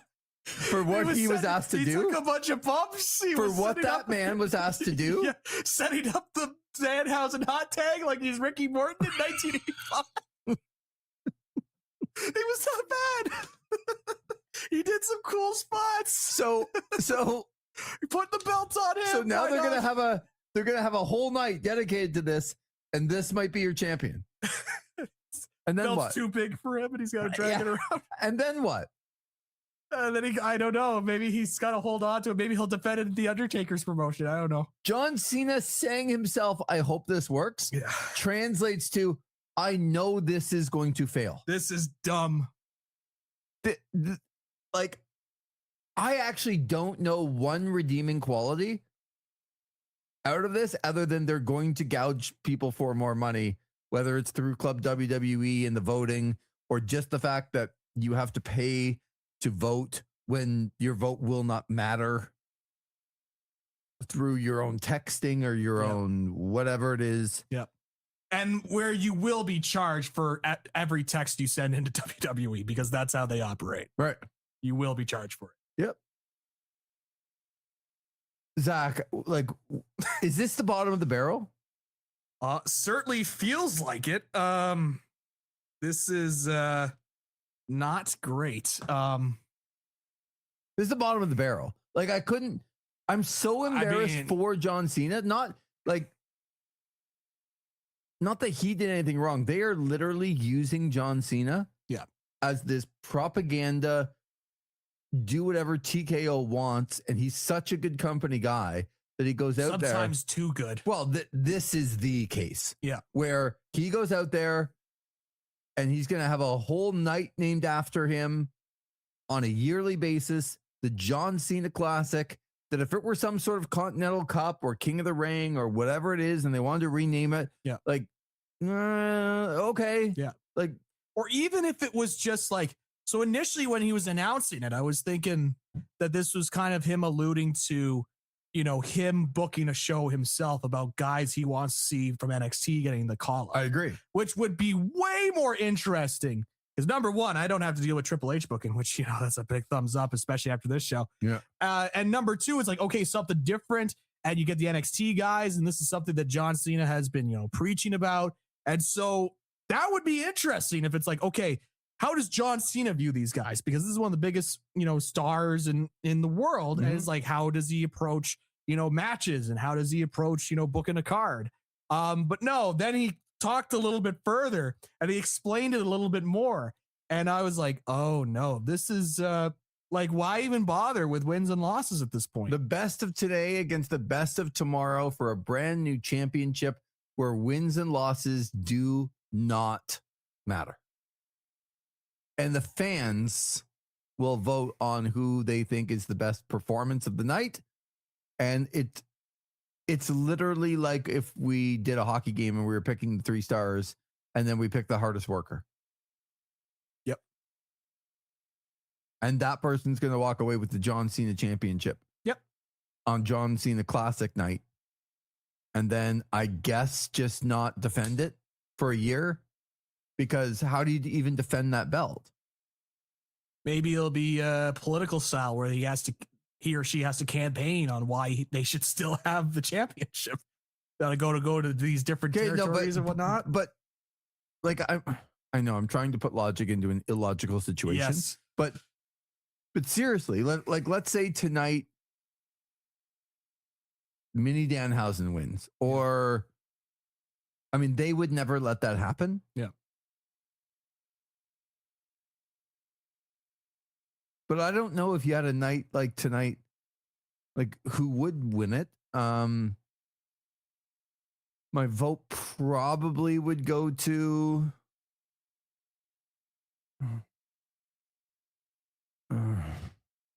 John Cena for trying to get this announcement over. Yeah, maybe. He puts the belt on himself. Maybe. You know what? That would be funny. And it's all for me, brother. Yeah, I could like. But here's maybe a bad example, but maybe Roman Reigns would win it tonight. Yep. We'll talk about that main event too. I know, but like, so what? So Roman Reigns is the world heavyweight champion, but then he's just going to win the John Cena Classic. Got the 2 belts out there, and then never defend that belt. Yep. Just trinket. And the other thing too is that, look, they do some stuff in other sports a little bit, like I'm a big NASCAR guy. Yep. So in the NASCAR All-Star race, they have a couple of qualifying events before they have the race. So they have that night they have 2 qualifiers. Yep. And then the All-Star race. Yep. But they have a fan vote of if for some reason, like, I don't know, like right now, Chase Elliott's probably the most popular guy. Mm-hmm. So if somehow he crashes in the qualifier or doesn't qualify for the actual All-Star race, there's a way to vote the people's favorite in.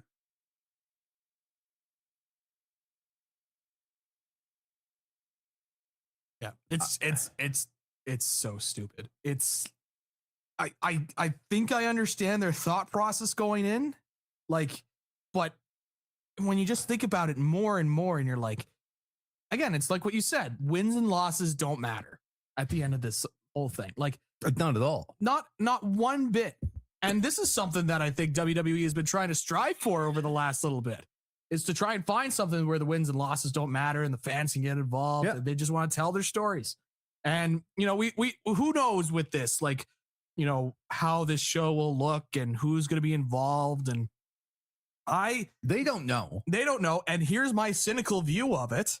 This is kind of a vehicle with everything we've seen with the cuts from WWE to elevate their NXT guys quicker, so that it's a way to showcase them so that they don't have to pay these expensive salaries for these higher ranked talent that's not Roman Reigns, Cody Rhodes, CM Punk. And they can introduce them into the roster. And this is a way to get the people to kind of look at them and say, you're never going to see a main star in the WWE win this night. No. Never. Nope. And no matter if they have the best performance or not, it's not going to matter. Nope. They are going to use it as a vehicle to get somebody over quickly. Yep. That's the whole thing about this. So it's, that's the John Cena Classic. Even Cena's not very confident in this idea, which is always a great sign. You can tell. Yeah. And he was in full on worker mode in his promo. He was like, I love being here. It gets me emotional. You know, seeing he even fans. pretend to like well up. Yeah. He's like, oh, this is, I would just watch this like, John, just get to the announcement. And then it was the John Cena Classic, obviously. No wonder he's trying to get himself like into the announcement enough that he's trying to well himself up to be able to do that. So. Yeah. So that's the John Cena Classic. Get fired up. Get locked in. Get your phones out. Get tabulating and get ready for your Cyber Sunday mixed with NXT, mixed with John Cena. I should have waited for this to the end because I'm like, this could be my breaking point. It really, really, like, I'm honestly saying that. Yep. That I don't know how to review that and like watch that and even pretend to enjoy something that is so much propaganda, and like literally you're lying to me and everybody else watching. Mhm. And you might even be lying to the athletes themselves, thinking that they can go out and if they do have the best performance, they can win this championship. They can win this night when they have no chance to be able to really do that. Like, this is propaganda at its finest. And that's not what I enjoy about professional wrestling. No. So this is going to be a really tough one for me to get past. I'll give it a chance. I will give it a chance, but I don't know that, like, having a night where it doesn't matter who wins or loses, that means nothing. And then pretending that somebody performed really well when they probably didn't perform. Like, they're probably not the person who had the best performance of the night. We know how people are when there's something that they could go a goofy route. They named a boat Bodie McBoatface when it was put up to a poll. You think they're going to take this voting seriously? Yeah, they're not. So it's like, I just like, but now Bodie McBoatface is funny, but you get the point. It's like, that's the John Cena Classic. I don't have much other thoughts on it. It's just a crazy. It's literally insane. Yeah.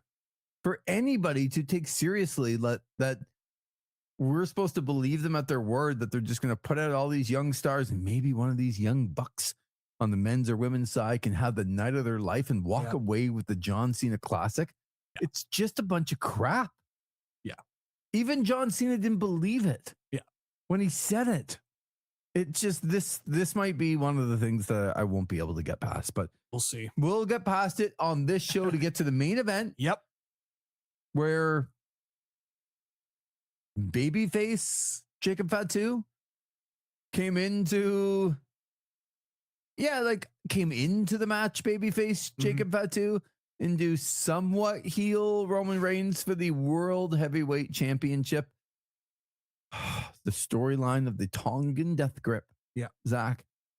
So there's a lot to talk about. There really, really is. Yes. But Roman Reigns able to defend the World Heavyweight Championship and defeat Jacob Fatu. But there's a lot to talk about.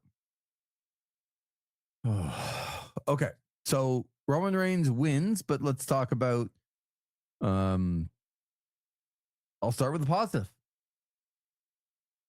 Do you remember the WrestleMania review where I talked about the positive of the Vision? Yes. Where they look like a star. Yes. The people that were trained for television. Right. Look like television stars. That were tag team champions, looked like tag team champions. Yes. Very, very meeting a basic level analysis. Yes. But they did. The WWE better not have taken a dime away from Roman Reigns in all these cuts and people taking, pay cuts to stay with the company and all this stuff that we're hearing. He's a star. And when he walks out, it at least feels like, okay, like we finally got a little bit of life back in it because there's a star out in the main event. Yep. I don't know that I have a ton of other positives, but Roman Reigns is the champion, should be the champion, look like a star again. And he looks like $1 million when he comes out. Yep. And then he looks like he gives a damn. Yep. And so many times we're kind of in an era of pro wrestling right now where guys are like, look, I know you don't think this is real. I'm in on this with you. Right. And I don't like that. Like, some of the best eras of wrestling is when these guys take themselves seriously. Yes. You think Ric Flair's going wink, wink, nudge, nudge? Look, guys, I don't know. This is real. Like, they're not doing My that. shoes don't cost more than your house. Yeah, no. It's what made those promos great is that they were so serious about it. You're like, he is. You totally believe him. Yeah, you believe him. You're like, I didn't pay that much for my house back in 1987. I didn't pay that much for my house, and maybe those pair of shoes are. So if you don't believe, why should I believe? Yep.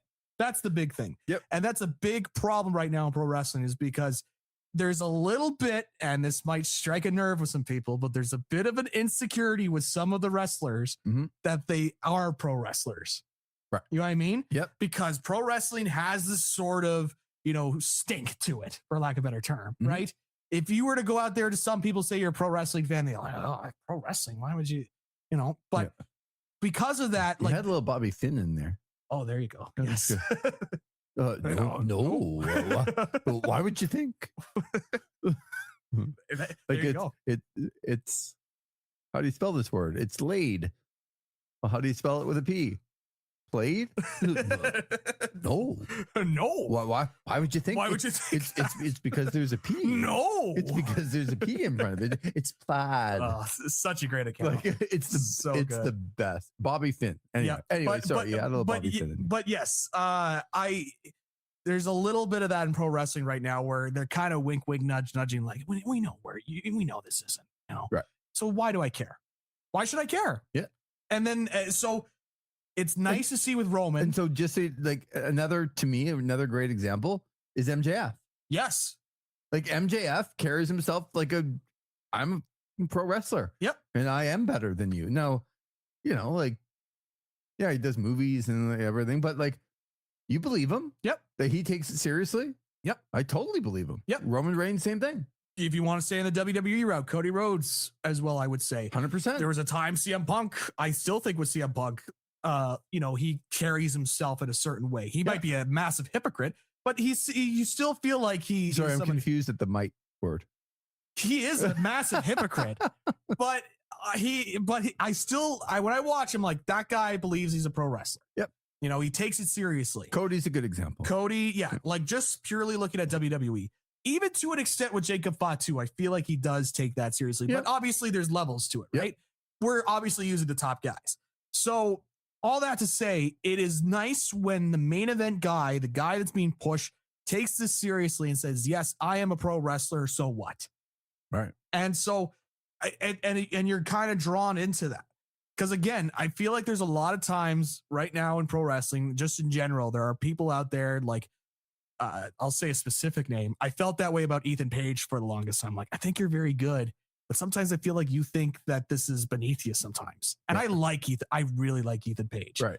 But I just got that feeling. It's like, oh, if you just like carried yourself in a certain way, I think you do better. And I think he's starting to learn that more. And as he's in WWE, where he carries himself a little bit better. I still think there's still a little bit of that in there, but it's getting probably because it wasn't great at the beginning. Yep. That there's somewhere to go, but you're right. I think that's changed for him, and he's become one of the guys that I really want to watch when he's out there. Yeah. So I will say that is a positive. In terms of everything else in this match.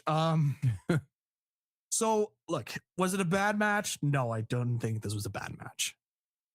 It's a great qualifier when I have to go out there and say, look, it wasn't bad, but that's been a lot of these WWE PLEs. It wasn't bad, but there's things that just kind of aggravate me. And in this case, you have introduced this Tongan death grip storyline, right? You just introduced this. Yes. This could have had so much more impact if you had your 15,000 writers and your 10,000 agents and all the people that are employed back there to say, you know what? We want to introduce this move for Jacob Fatu. We have an idea for him to face off against Roman Reigns at some point. And so we're going to establish this move. It's the easiest story to get over in pro wrestling. This guy has a move and he beats everybody with this move. And he's been doing it for months and months and months. But now he's finally going to face off against one of the top, if not the top guy in pro wrestling. And people are going to find out, what does this move take out the top guy in pro wrestling? And they had the storyline, which kind of makes sense if you did it the way you're talking about, that it's kind of this outlawed, you don't use this against the family. Right. So if he did it for months leading up to their match, but it became this thing, it's like, you don't do that to us. You do that to your opponents, right, not us. But not us. Yes. And so would he actually use it in a match against Roman Reigns? It's just so simple. It's simple storytelling, right? It's so simple, but yet they overthink it all the time. And they know that it's like, oh, we got to find something to fill in for this feud. All right, let's introduce this as part of the storyline. Yeah. So it's like, so you have that. And so they introduce in the storyline, it takes out Roman Reigns. And so now they're incorporated into the match. Lee, it'd be something if it was only used once and Roman was able to get out of it. But here's what they did in this match. They did it multiple times. Yeah, they did. They did. And it's like, oh, it's locked in. Is he gonna, this is the Tongan death grip. This is a banned move for within the family. You shouldn't be doing it on other family members and blah, blah, blah, blah. And it's like, oh my God. And the arm raises up and then the arm is well, at least the first time they did the arm raised up. Yep. The second time he does it outside the ring, or actually, no, the first time he did it outside the ring and he had to let it go because he had to get back in the ring. Yep. So you would still protect it, right? The second time they did it outside the ring and Michael Cole didn't even have it out of his mouth and he let it go. He's like, is Roman fading? And he let it go. It's like, of course he's not fading. He had it on for like 1 second. Yep. Why? Yeah. Anyway. So it was broken out of twice, right? Yeah. At least with the first one, you could make the excuse, similar to what we were talking about with the one-winged angel and MJF kicking out of it. Yeah. Because you could make the excuse that he never fully got the shoulders up or anything like that. But the second time he got out of it, if I recall. Yeah, just like right away. Yeah. And so it's like, okay, well, that just kills off the move. Everything. But then these, why is this so hard? So they don't want Jacob Fatu to win, Right. but they want him to still look strong. Oh, okay. I feel like I've heard this on a podcast somewhere involving Roman Reigns. It might have involved a guy named Colt Cabana, where CM Punk went out there. It's like, well, you want this guy to be really strong, but I beat him. How about he beats me? This might have been mentioned on a podcast. Oh, I don't know, 10 years ago involving Roman Reigns, but they don't learn their lessons. And so they want to keep Jacob Fatu strong, but they don't want him to beat Roman Reigns because God forbid, we got to protect him for this World Heavyweight Championship, this prestigious title that's been prestigious for about a month, Mm-hmm. And so they try to get their cake and eat it too with the finish. So Roman Reigns hits a spear and then pins him, right? Yeah, it was about the fourth spear that he hit during the match, but yes. He pins him, so he wins. Mm. And so you're like, oh, he just took him out and blah, blah, blah, right? But then you see the aftermath and Roman's laying down and he's out. And Jacob Fatu's crawling up on the ropes. Jacob Fatu got up fairly quickly after being pinned for the World Heavyweight Championship. Yes. In the match that he needed. He didn't want the match. He needed the title. Yes. So then he got pinned. He is mad at Roman because he was broke on the indies. They mentioned Game Changer Wrestling and House of Glory on the introduction for Jacob Fatu. So Roman beats him, but he's laid out cold, and Jacob Fatu, he's mad. And so he comes in, and it's the classic getting your heat back because we need to have Roman for the next pay-per-view, PLE in Italy. So he gets his heat back. He puts the referee, does the Samoan drop or whatever. Yeah.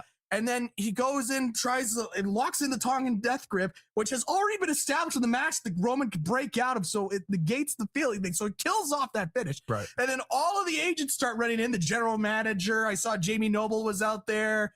Jason Jordan, Shane Helms took a bump. Adam Pearce got thrown out of the ring. Adam Pearce got thrown out of the ring because they're trying to break it up. And they're trying to make it look like this guy is this unbelievable threat. Yeah. And I'm like, guys, you know what would make him this unbelievable threat and make it interesting? Lee Versage, I see your hand is raised. I'll give you the floor here. Winning? Winning!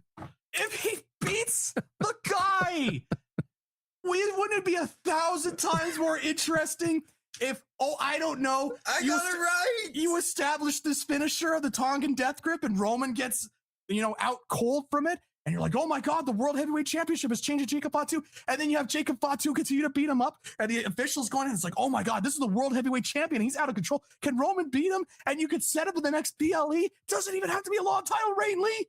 You could have established this as oh my gosh, that makes it way more interesting. But no, they play it so safe in this company. So Roman Reigns, he has to have his win. But you also want to have the heel heat back on Jacob Fatu, right, which bleeds back to the whole thing of if you don't want each guy to lose, why would you book the match?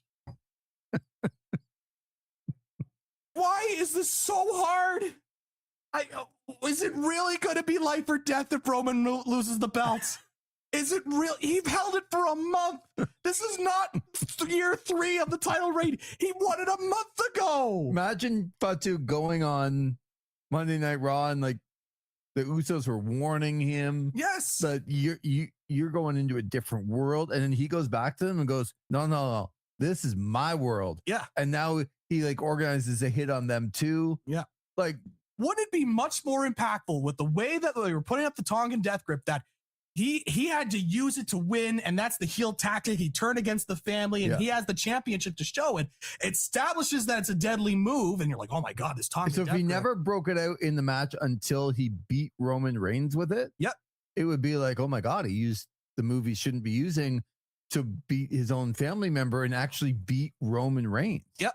Because he's so mad about it. But again, they just, because there's too many people back there with too many ideas, and it all like mushes together into this crap that I gotta watch on Backlash after I watch my 4 minutes of ads, only to come back to another ad about Riyadh, Saudi Arabia, and they gotta be like, Anthony Hopkins is here. I don't care that Anthony Hopkins is there. I'm not flying to Riyadh. Don't try to sell me on Riyadh.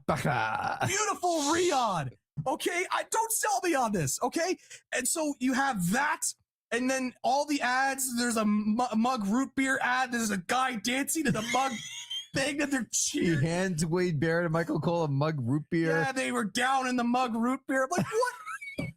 Stop selling me stuff, please. And stop it. Those ad breaks that say that there's, it's a 4-minute ad break, and they have the time up in the corner. And they tell you we're back in like 3:57. So it's okay, but like I then get up and I go to the fridge, maybe go to the bathroom, come back, and now I got 30 seconds. I've killed off most of this 4 minutes. Yep. I sit down, the clock hits 0, and I get another goddamn movie ad. I'm like, what the hell? Yeah, there was that D-Day movie that they were promoting. I have a feeling he was going to win that one, Lee, in that movie. But I'm fairly confident on that one. But yeah, I mean, all these ads and then, of course, the finish. And I'm like, man. So one of the other things, too, is they ended another pay-per-view. If you can just think back, you might have to go back a while. Yeah. But if you could just think back to the last time the WWE had a match in a main event on a pay-per-view that they wanted the guy to get their heat back. So they ended the show with the guy getting his heat back after he lost to the champion. Yeah. So I don't know how long you have to go back to find that. Do you know? Oh, how long, Lee? How long do you have to go back for that? Well, it must be years, right? Oh, of course. Because you're establishing the heat. Yep. That the heat. So that you can sell the next pay-per-view in Italy in another 4 weeks, 5 weeks, whatever it is. Oh no, God, it's not even that long. It's in the same month. My God, it's in 3 weeks. Yes. Clash in Italy. Zach, they did it at WrestleMania. Zach, like the last show that they did. Yep. They went off of the air on Saturday night with Randy Orton losing to Cody Rhodes, but then punting him in the head for real. Yes. Because he made the mistake, but punted him in the head for real to get his heat back. And did what with it? Nothing. Oh, okay. So the very next pay-per-view, they're going to have the guy lose in the main event, but he's going to do something to get his heat back as he stands tall over the champion with the belt.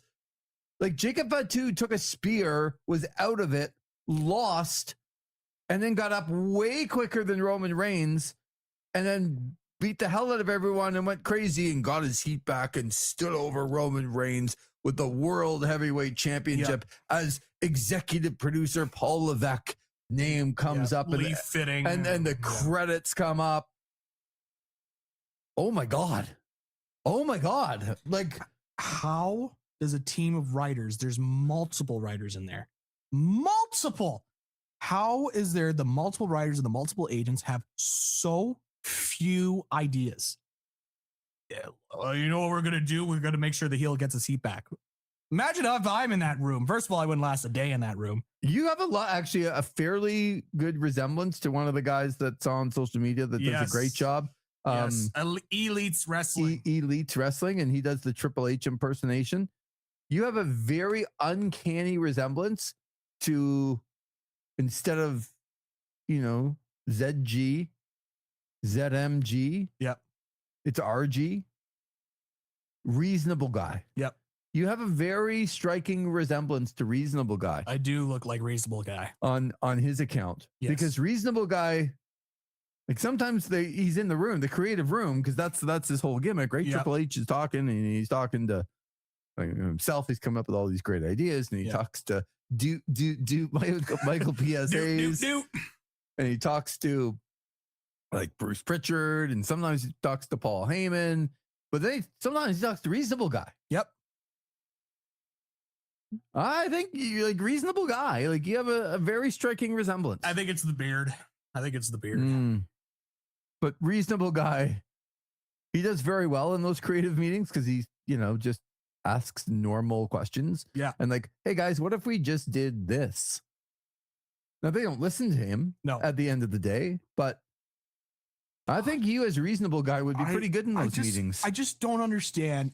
And the years of the years in the business that is there backstage, not one of them has, as far as I know, has mentioned like, guys, maybe we should protect this Tongan death grip thing that we've introduced in the storyline and make sure that it's protected. And they just introduced it last week or 2 weeks ago. Right. I don't understand that. And I don't understand if you're going to introduce something like that. Because honestly, really, like, is it really going to hurt Roman if he loses the belt to Jacob Fatu gets it? Nope. Is it really going to hurt him? Nope. Again, this is not, at least with the Sami Zayn decision against Roman Reigns, at least with that, even though we said at the time, Sami should have probably won that belt. And as the years go on, he probably should have. Yep. Because that was the peak of Sami Zayn. For sure. But at least you could make the argument at that time that it was a lengthy title reign and they wanted to continue to have the story of the dominant reign. And so that when Cody eventually beat Roman, you had that story. So at least you could see that counter argument. What's the counter argument here with the World Heavyweight Championship? Honestly, is it really going to be like, this is such a simple story that they could tell. And I think there are elements here that can make it work, but they just overthink it. And they try to like validate why their jobs exist. Or they just don't want to piss Roman off. That too. But I feel like Roman would, I don't know with Roman. I don't know either, but you wonder if that's the case. If they're just worried about pissing him off and then he walks. Like he's making a lot of money, but he's still on a part-time contract. And is he going to be there in June? Like, doesn't look like it anymore. Like, it just seems like, unless something comes out where Roman's saying, I'm not losing this belt until Mania and it's against these people. Yeah. I just don't understand it. So, Backlash. And I know it's a small thing, but as it went along, there were so many people that were not, like, at one point, John Cena, when he was out talking in the, building up the NXT stars, like he went back to December and said, you guys got to see Sol Ruka, you got to see Javon Evans. And then he mentioned Obafemi. And the crowd went freaking nuts for Obafemi. Mm-hmm. And they started chanting his name. They started doing the Obafemi strut. Like John Cena mentioned it a couple of times. Yep. So Obafemi, who beat Brock Lesnar, was he unavailable tonight, Zach, in Tampa? Like, was Obafemi too busy? Well, they reached their 5-match limit, Lee. Can you tell me one reason why Obafemi would not have been on this card? Like any good reason at all? Because he's been on Raw. Yep. So he's not hurt. Nope. It's actually insane from their point of view of making money. So like we just introduced this freaking guy, Obafemi, and he beat Brock Lesnar, and he is the hottest thing right now. He's the hottest thing in WWE. Mhm. Is he not? Like, Yep. I'm asking. I would agree. I would agree. And you decide not to book him on the next PLE, and John Cena comes out and talks about Obafemi, and the whole crowd's chanting his name, and he's not on the card? Why?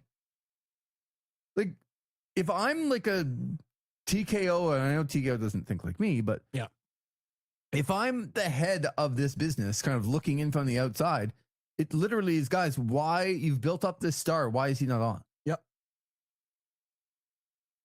It's mind-boggling. Yeah. That Obafemi was not on this card. But I know Tiffany Stratton was not on this card as the now United States Women's Champion. But what is her finisher? Best moonsault ever / prettiest moonsault ever. Right. That's the one where she jumps up like level to level and then does a moonsault from the top rope. Correct. Okay. I just wanted to clear that up. Io Sky in the women's division. Yep. She was on tonight. Yep. She actually beat Asuka. Yep. Remind me what her move is? A moonsault. Oh, okay. That's her finisher? Her finisher is a moonsault. So that's the way she wins. Correct. Same as Tiffany Stratton? Yep. Okay. And if you want to throw in as well. No, I'm getting there. Okay, sorry. No, I'm still getting there. Yep. All right. Because that was the second last match. Yep. But then the last match was Roman Reigns against the challenger in Jacob Fatu. Correct. Remind me what Jacob Fatu's finisher is. Best moonsault ever, where he jumps from the second rope to the top rope. So exactly like Tiffany Stratton. Pretty much. And the match before, they had finished with Io Sky's finisher, and that is a moonsault from the top rope. Correct. So not the prettiest moonsault ever, but it's still a moonsault. So again, without the names, yep. Tiffany Stratton, the U.S. champion for the women, her finisher is a moonsault from the top rope. Yep. A challenger in her division, and Io Sky, widely regarded as probably even a better wrestler, shouldn't be in a U.S. title because she needs to be involved in the world title because she's one of, if not the best women's wrestler on the card. Yep. Her finisher is a moonsault from the top rope. Correct. Which she won with in the second last match. Yes. So then in the last match, the challenger for the world heavyweight title did it twice in this match. Was it 3 times or twice, I think? Mm-hmm. His finisher is moonsault from the top rope. Oh. Okay. And people might hear that and be like, oh, that's so nitpicky. But it's the little things that matter. Nitpicky? I know. One is your U.S. women's champion. It is her finisher. It has always been her finisher. Yeah. Io Sky, who wrestles in the women's division. You only have like 6 or 7 women that are actually like in title pictures in the WWE. So another one of these women that are in the top 6 or 7 uses the same finisher in the second last match, when in the last match, the guy who's challenging for the title used his finisher twice. And it didn't work either time. The exact same move. It's not nitpicky because, well, you know what? Maybe it's nitpicky because, Zach, how was the first match won of the night? You tell me.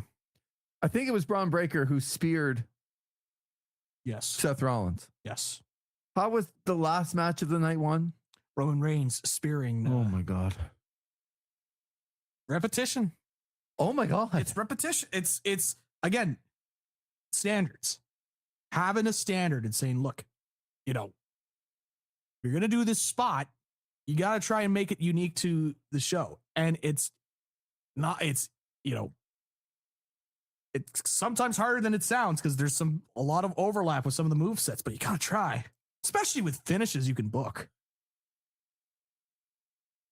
say a lot of things about like Hulk Hogan. Yep. Was anyone else doing a leg drop Nope. to finish off guys?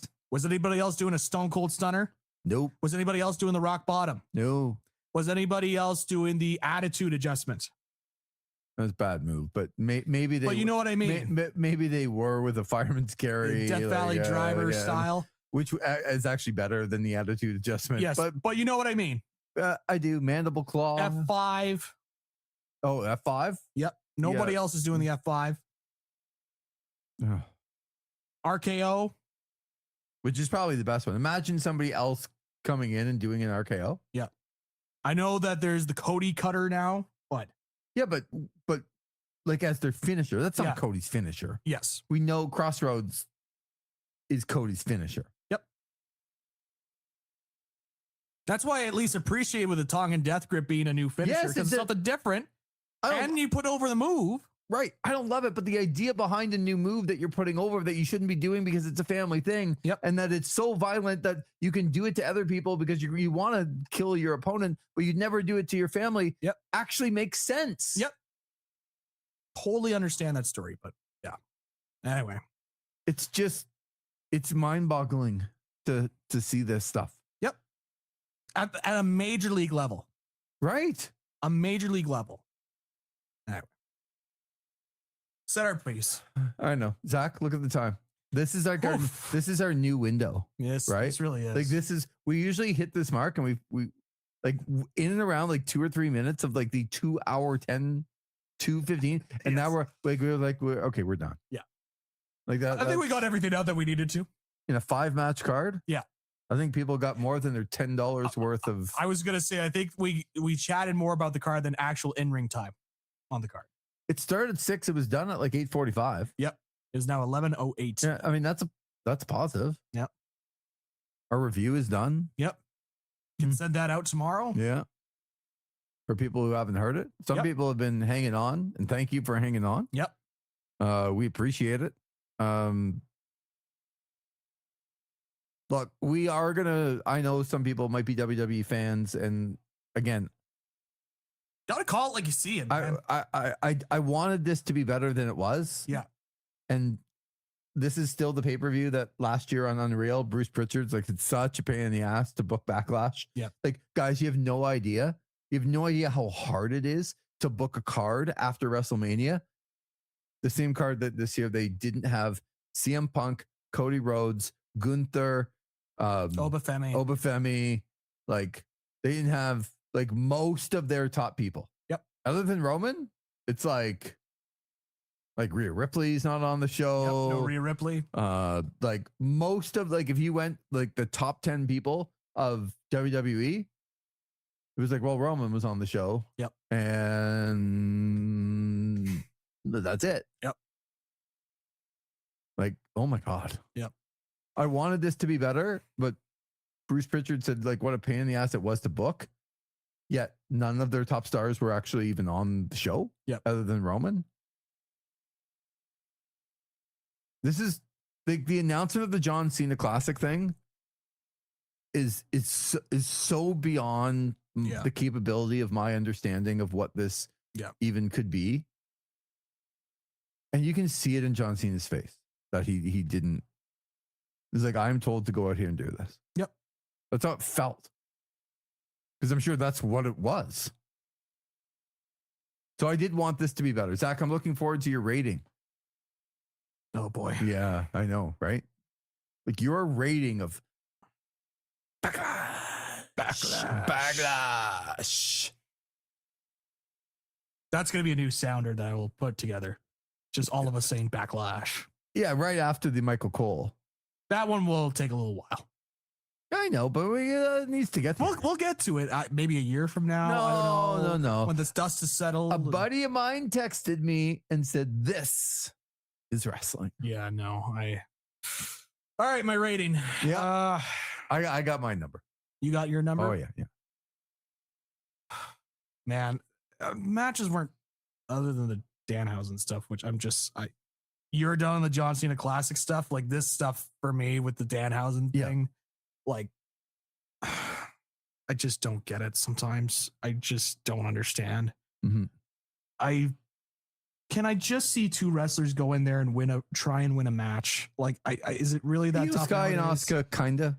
Yeah, no, I'm talking about the Danhausen match in a vacuum. So that brought it down for me. Obviously, this John Cena Classic announcement was. I love it. That brought it down for me. Like it was way up there before. I mean, yeah, before it was, that match. Yeah, I wasn't along. exactly riding high from the, but yeah, no, I mean, there wasn't, other than the Danhausen match, there wasn't, and the John Cena announcement, there wasn't anything really like bad, but it wasn't like great either. I just watched these shows and they're just a drag. It'd be so much better if the matches were better. Again, I don't know what tonight you saw that could not have aired on Monday Night Raw. I know.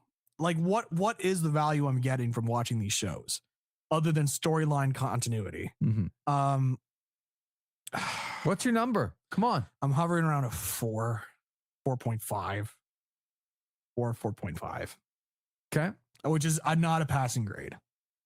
Yeah. Because the Danhausen stuff, like if the Danhausen stuff, if it was like CM Punk or Obafemi or even Jelly Roll, like I would at least think it would be somewhat of a passable, like little comedy match that I could ignore. But this was just like all the bad stuff that I just don't like about WWE coming to the forefront. So it brought it down to me. So I'll say 4.5. Okay. 4.5. Yeah. Well, I'm the positive one here in the group. Yep. Right? You're down on the WWE product. To say the least. Yeah. Zach, I'm going to give this one a 3.8. 3.8. Yeah. So why the 0.8? What brings it close to a 4 for you? Well, I'm glad you asked. Yes. Because I started off at 10 and I'm like, well, what could detract from it? Yep. And then I got down to 0. Yep. And then I got down to like minus 10. And then I went back to 0 just as a default. And then I'm like, what could actually bring it sort of up from the 0? Yeah. And I got Io Sky's performance, Asuka's performance, which was good. Roman Reigns still looks like a star. And the main eventer looks like a main eventer. Yep. And there was those 3 for me. And then because I like Sami Zayn, I didn't think he had a very good match. But trying to carry Trick Williams and Lil Yachty and do all of that, I'm going to give him like a 0.8. That's where the point. That's where the 0.8 comes from. He didn't get like a solid, like Asuka and Io Sky got a 1, and Roman Reigns got a 1, and then Sami Zayn. Roman Reigns got a 1. Yeah. Well, I acknowledge him. Yeah.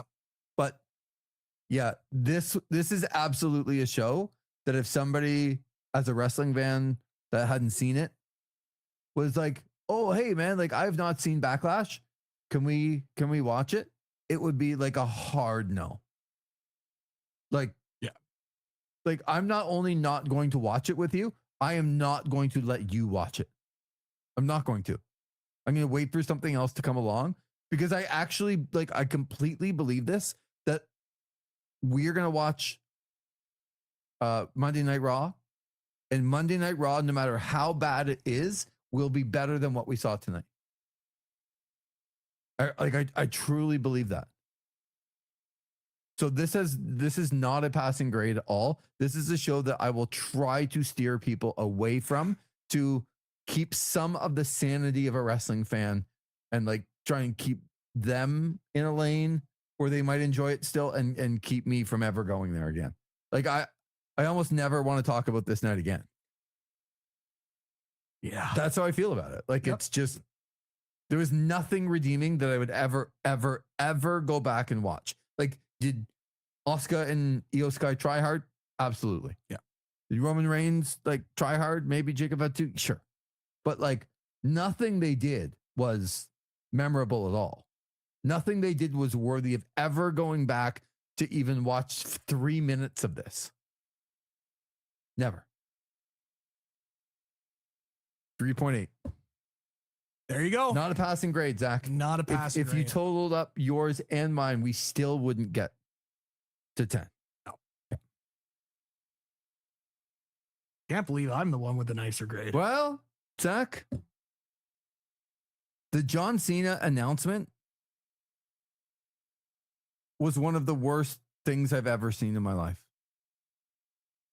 Like, I just, I don't even have the capability of understanding what it is that they told us, and they made John Cena go out and do. I feel so bad for him, actually. Yeah. Well, that's what you get for being a company guy. Yeah. Well, we appreciate you listening. And we do have later on this month, we still have 2 more big pay-per-views this month. Yep. Because Double or Nothing for AEW is coming up in 2 weeks. And then in 3 weeks, Clash in Italy. I bet you that Jacob Fatu and Roman Reigns are going to do this again in Turin. Foaming Reigns, who was foaming at the mouth for the Tongan death grip as Jacob Fatu sat over him. And I've not seen that online.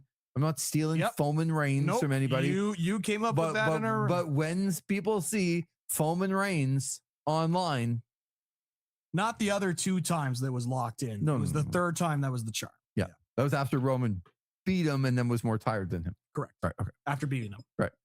Of course. This I know. Mini-Housens.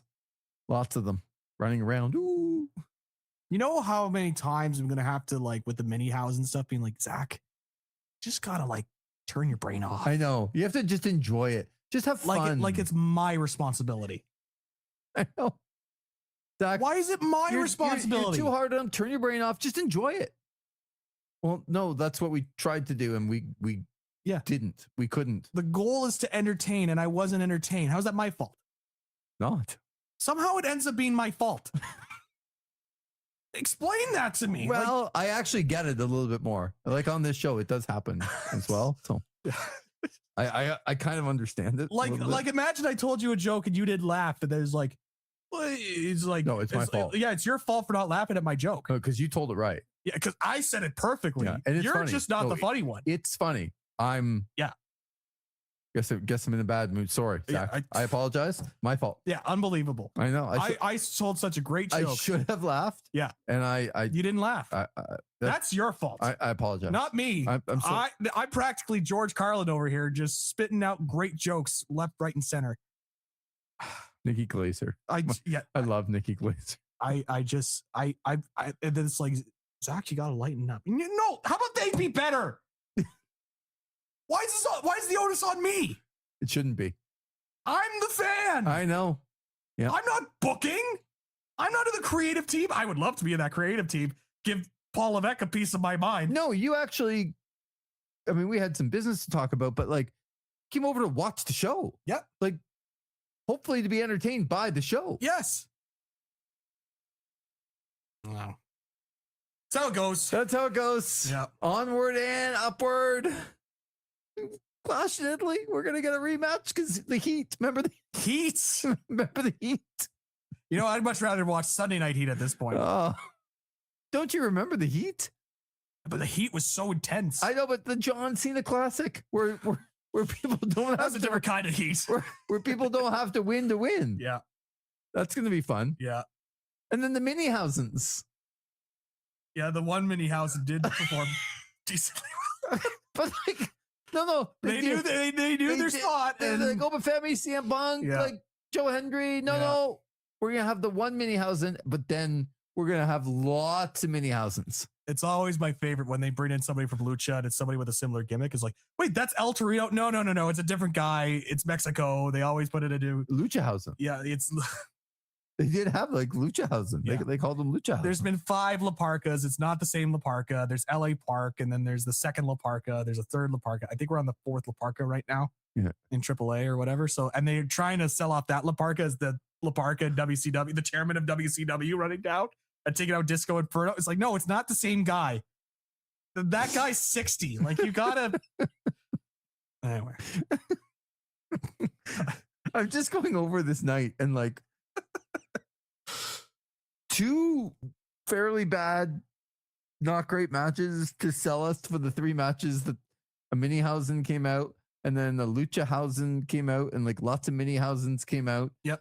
And then an announcement of a tournament or a night where you don't have to win the John Cena Classic. You can just be there, try hard, and then you're going to win. It's going to be awesome.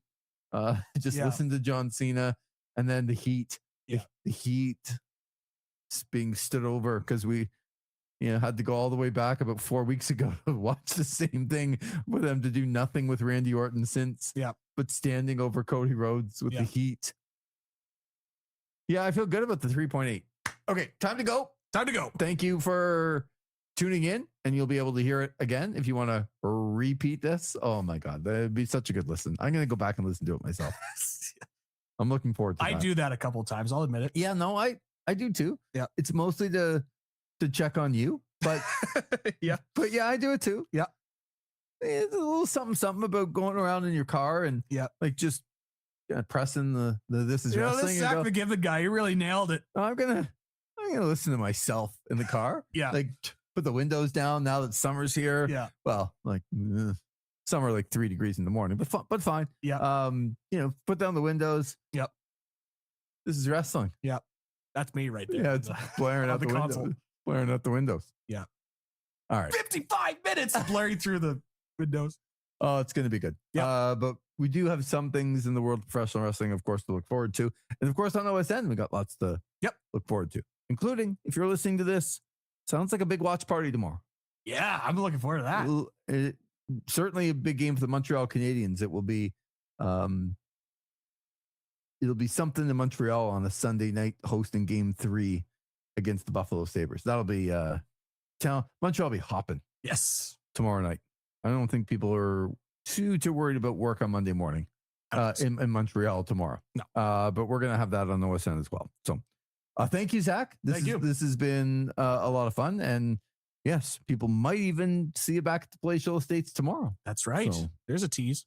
Exactly. Yeah. I still think we need something with the exactly. I know there's something we're just missing exactly. Every time I say it, I'm like, hey, that's both of our names. That's in us. one word. That's us. Yes. We'll do something with it. Yeah. All right. So for Zach McGibbon, I'm Lee Versage. Thanks for being with us on another live edition of This is Wrestling.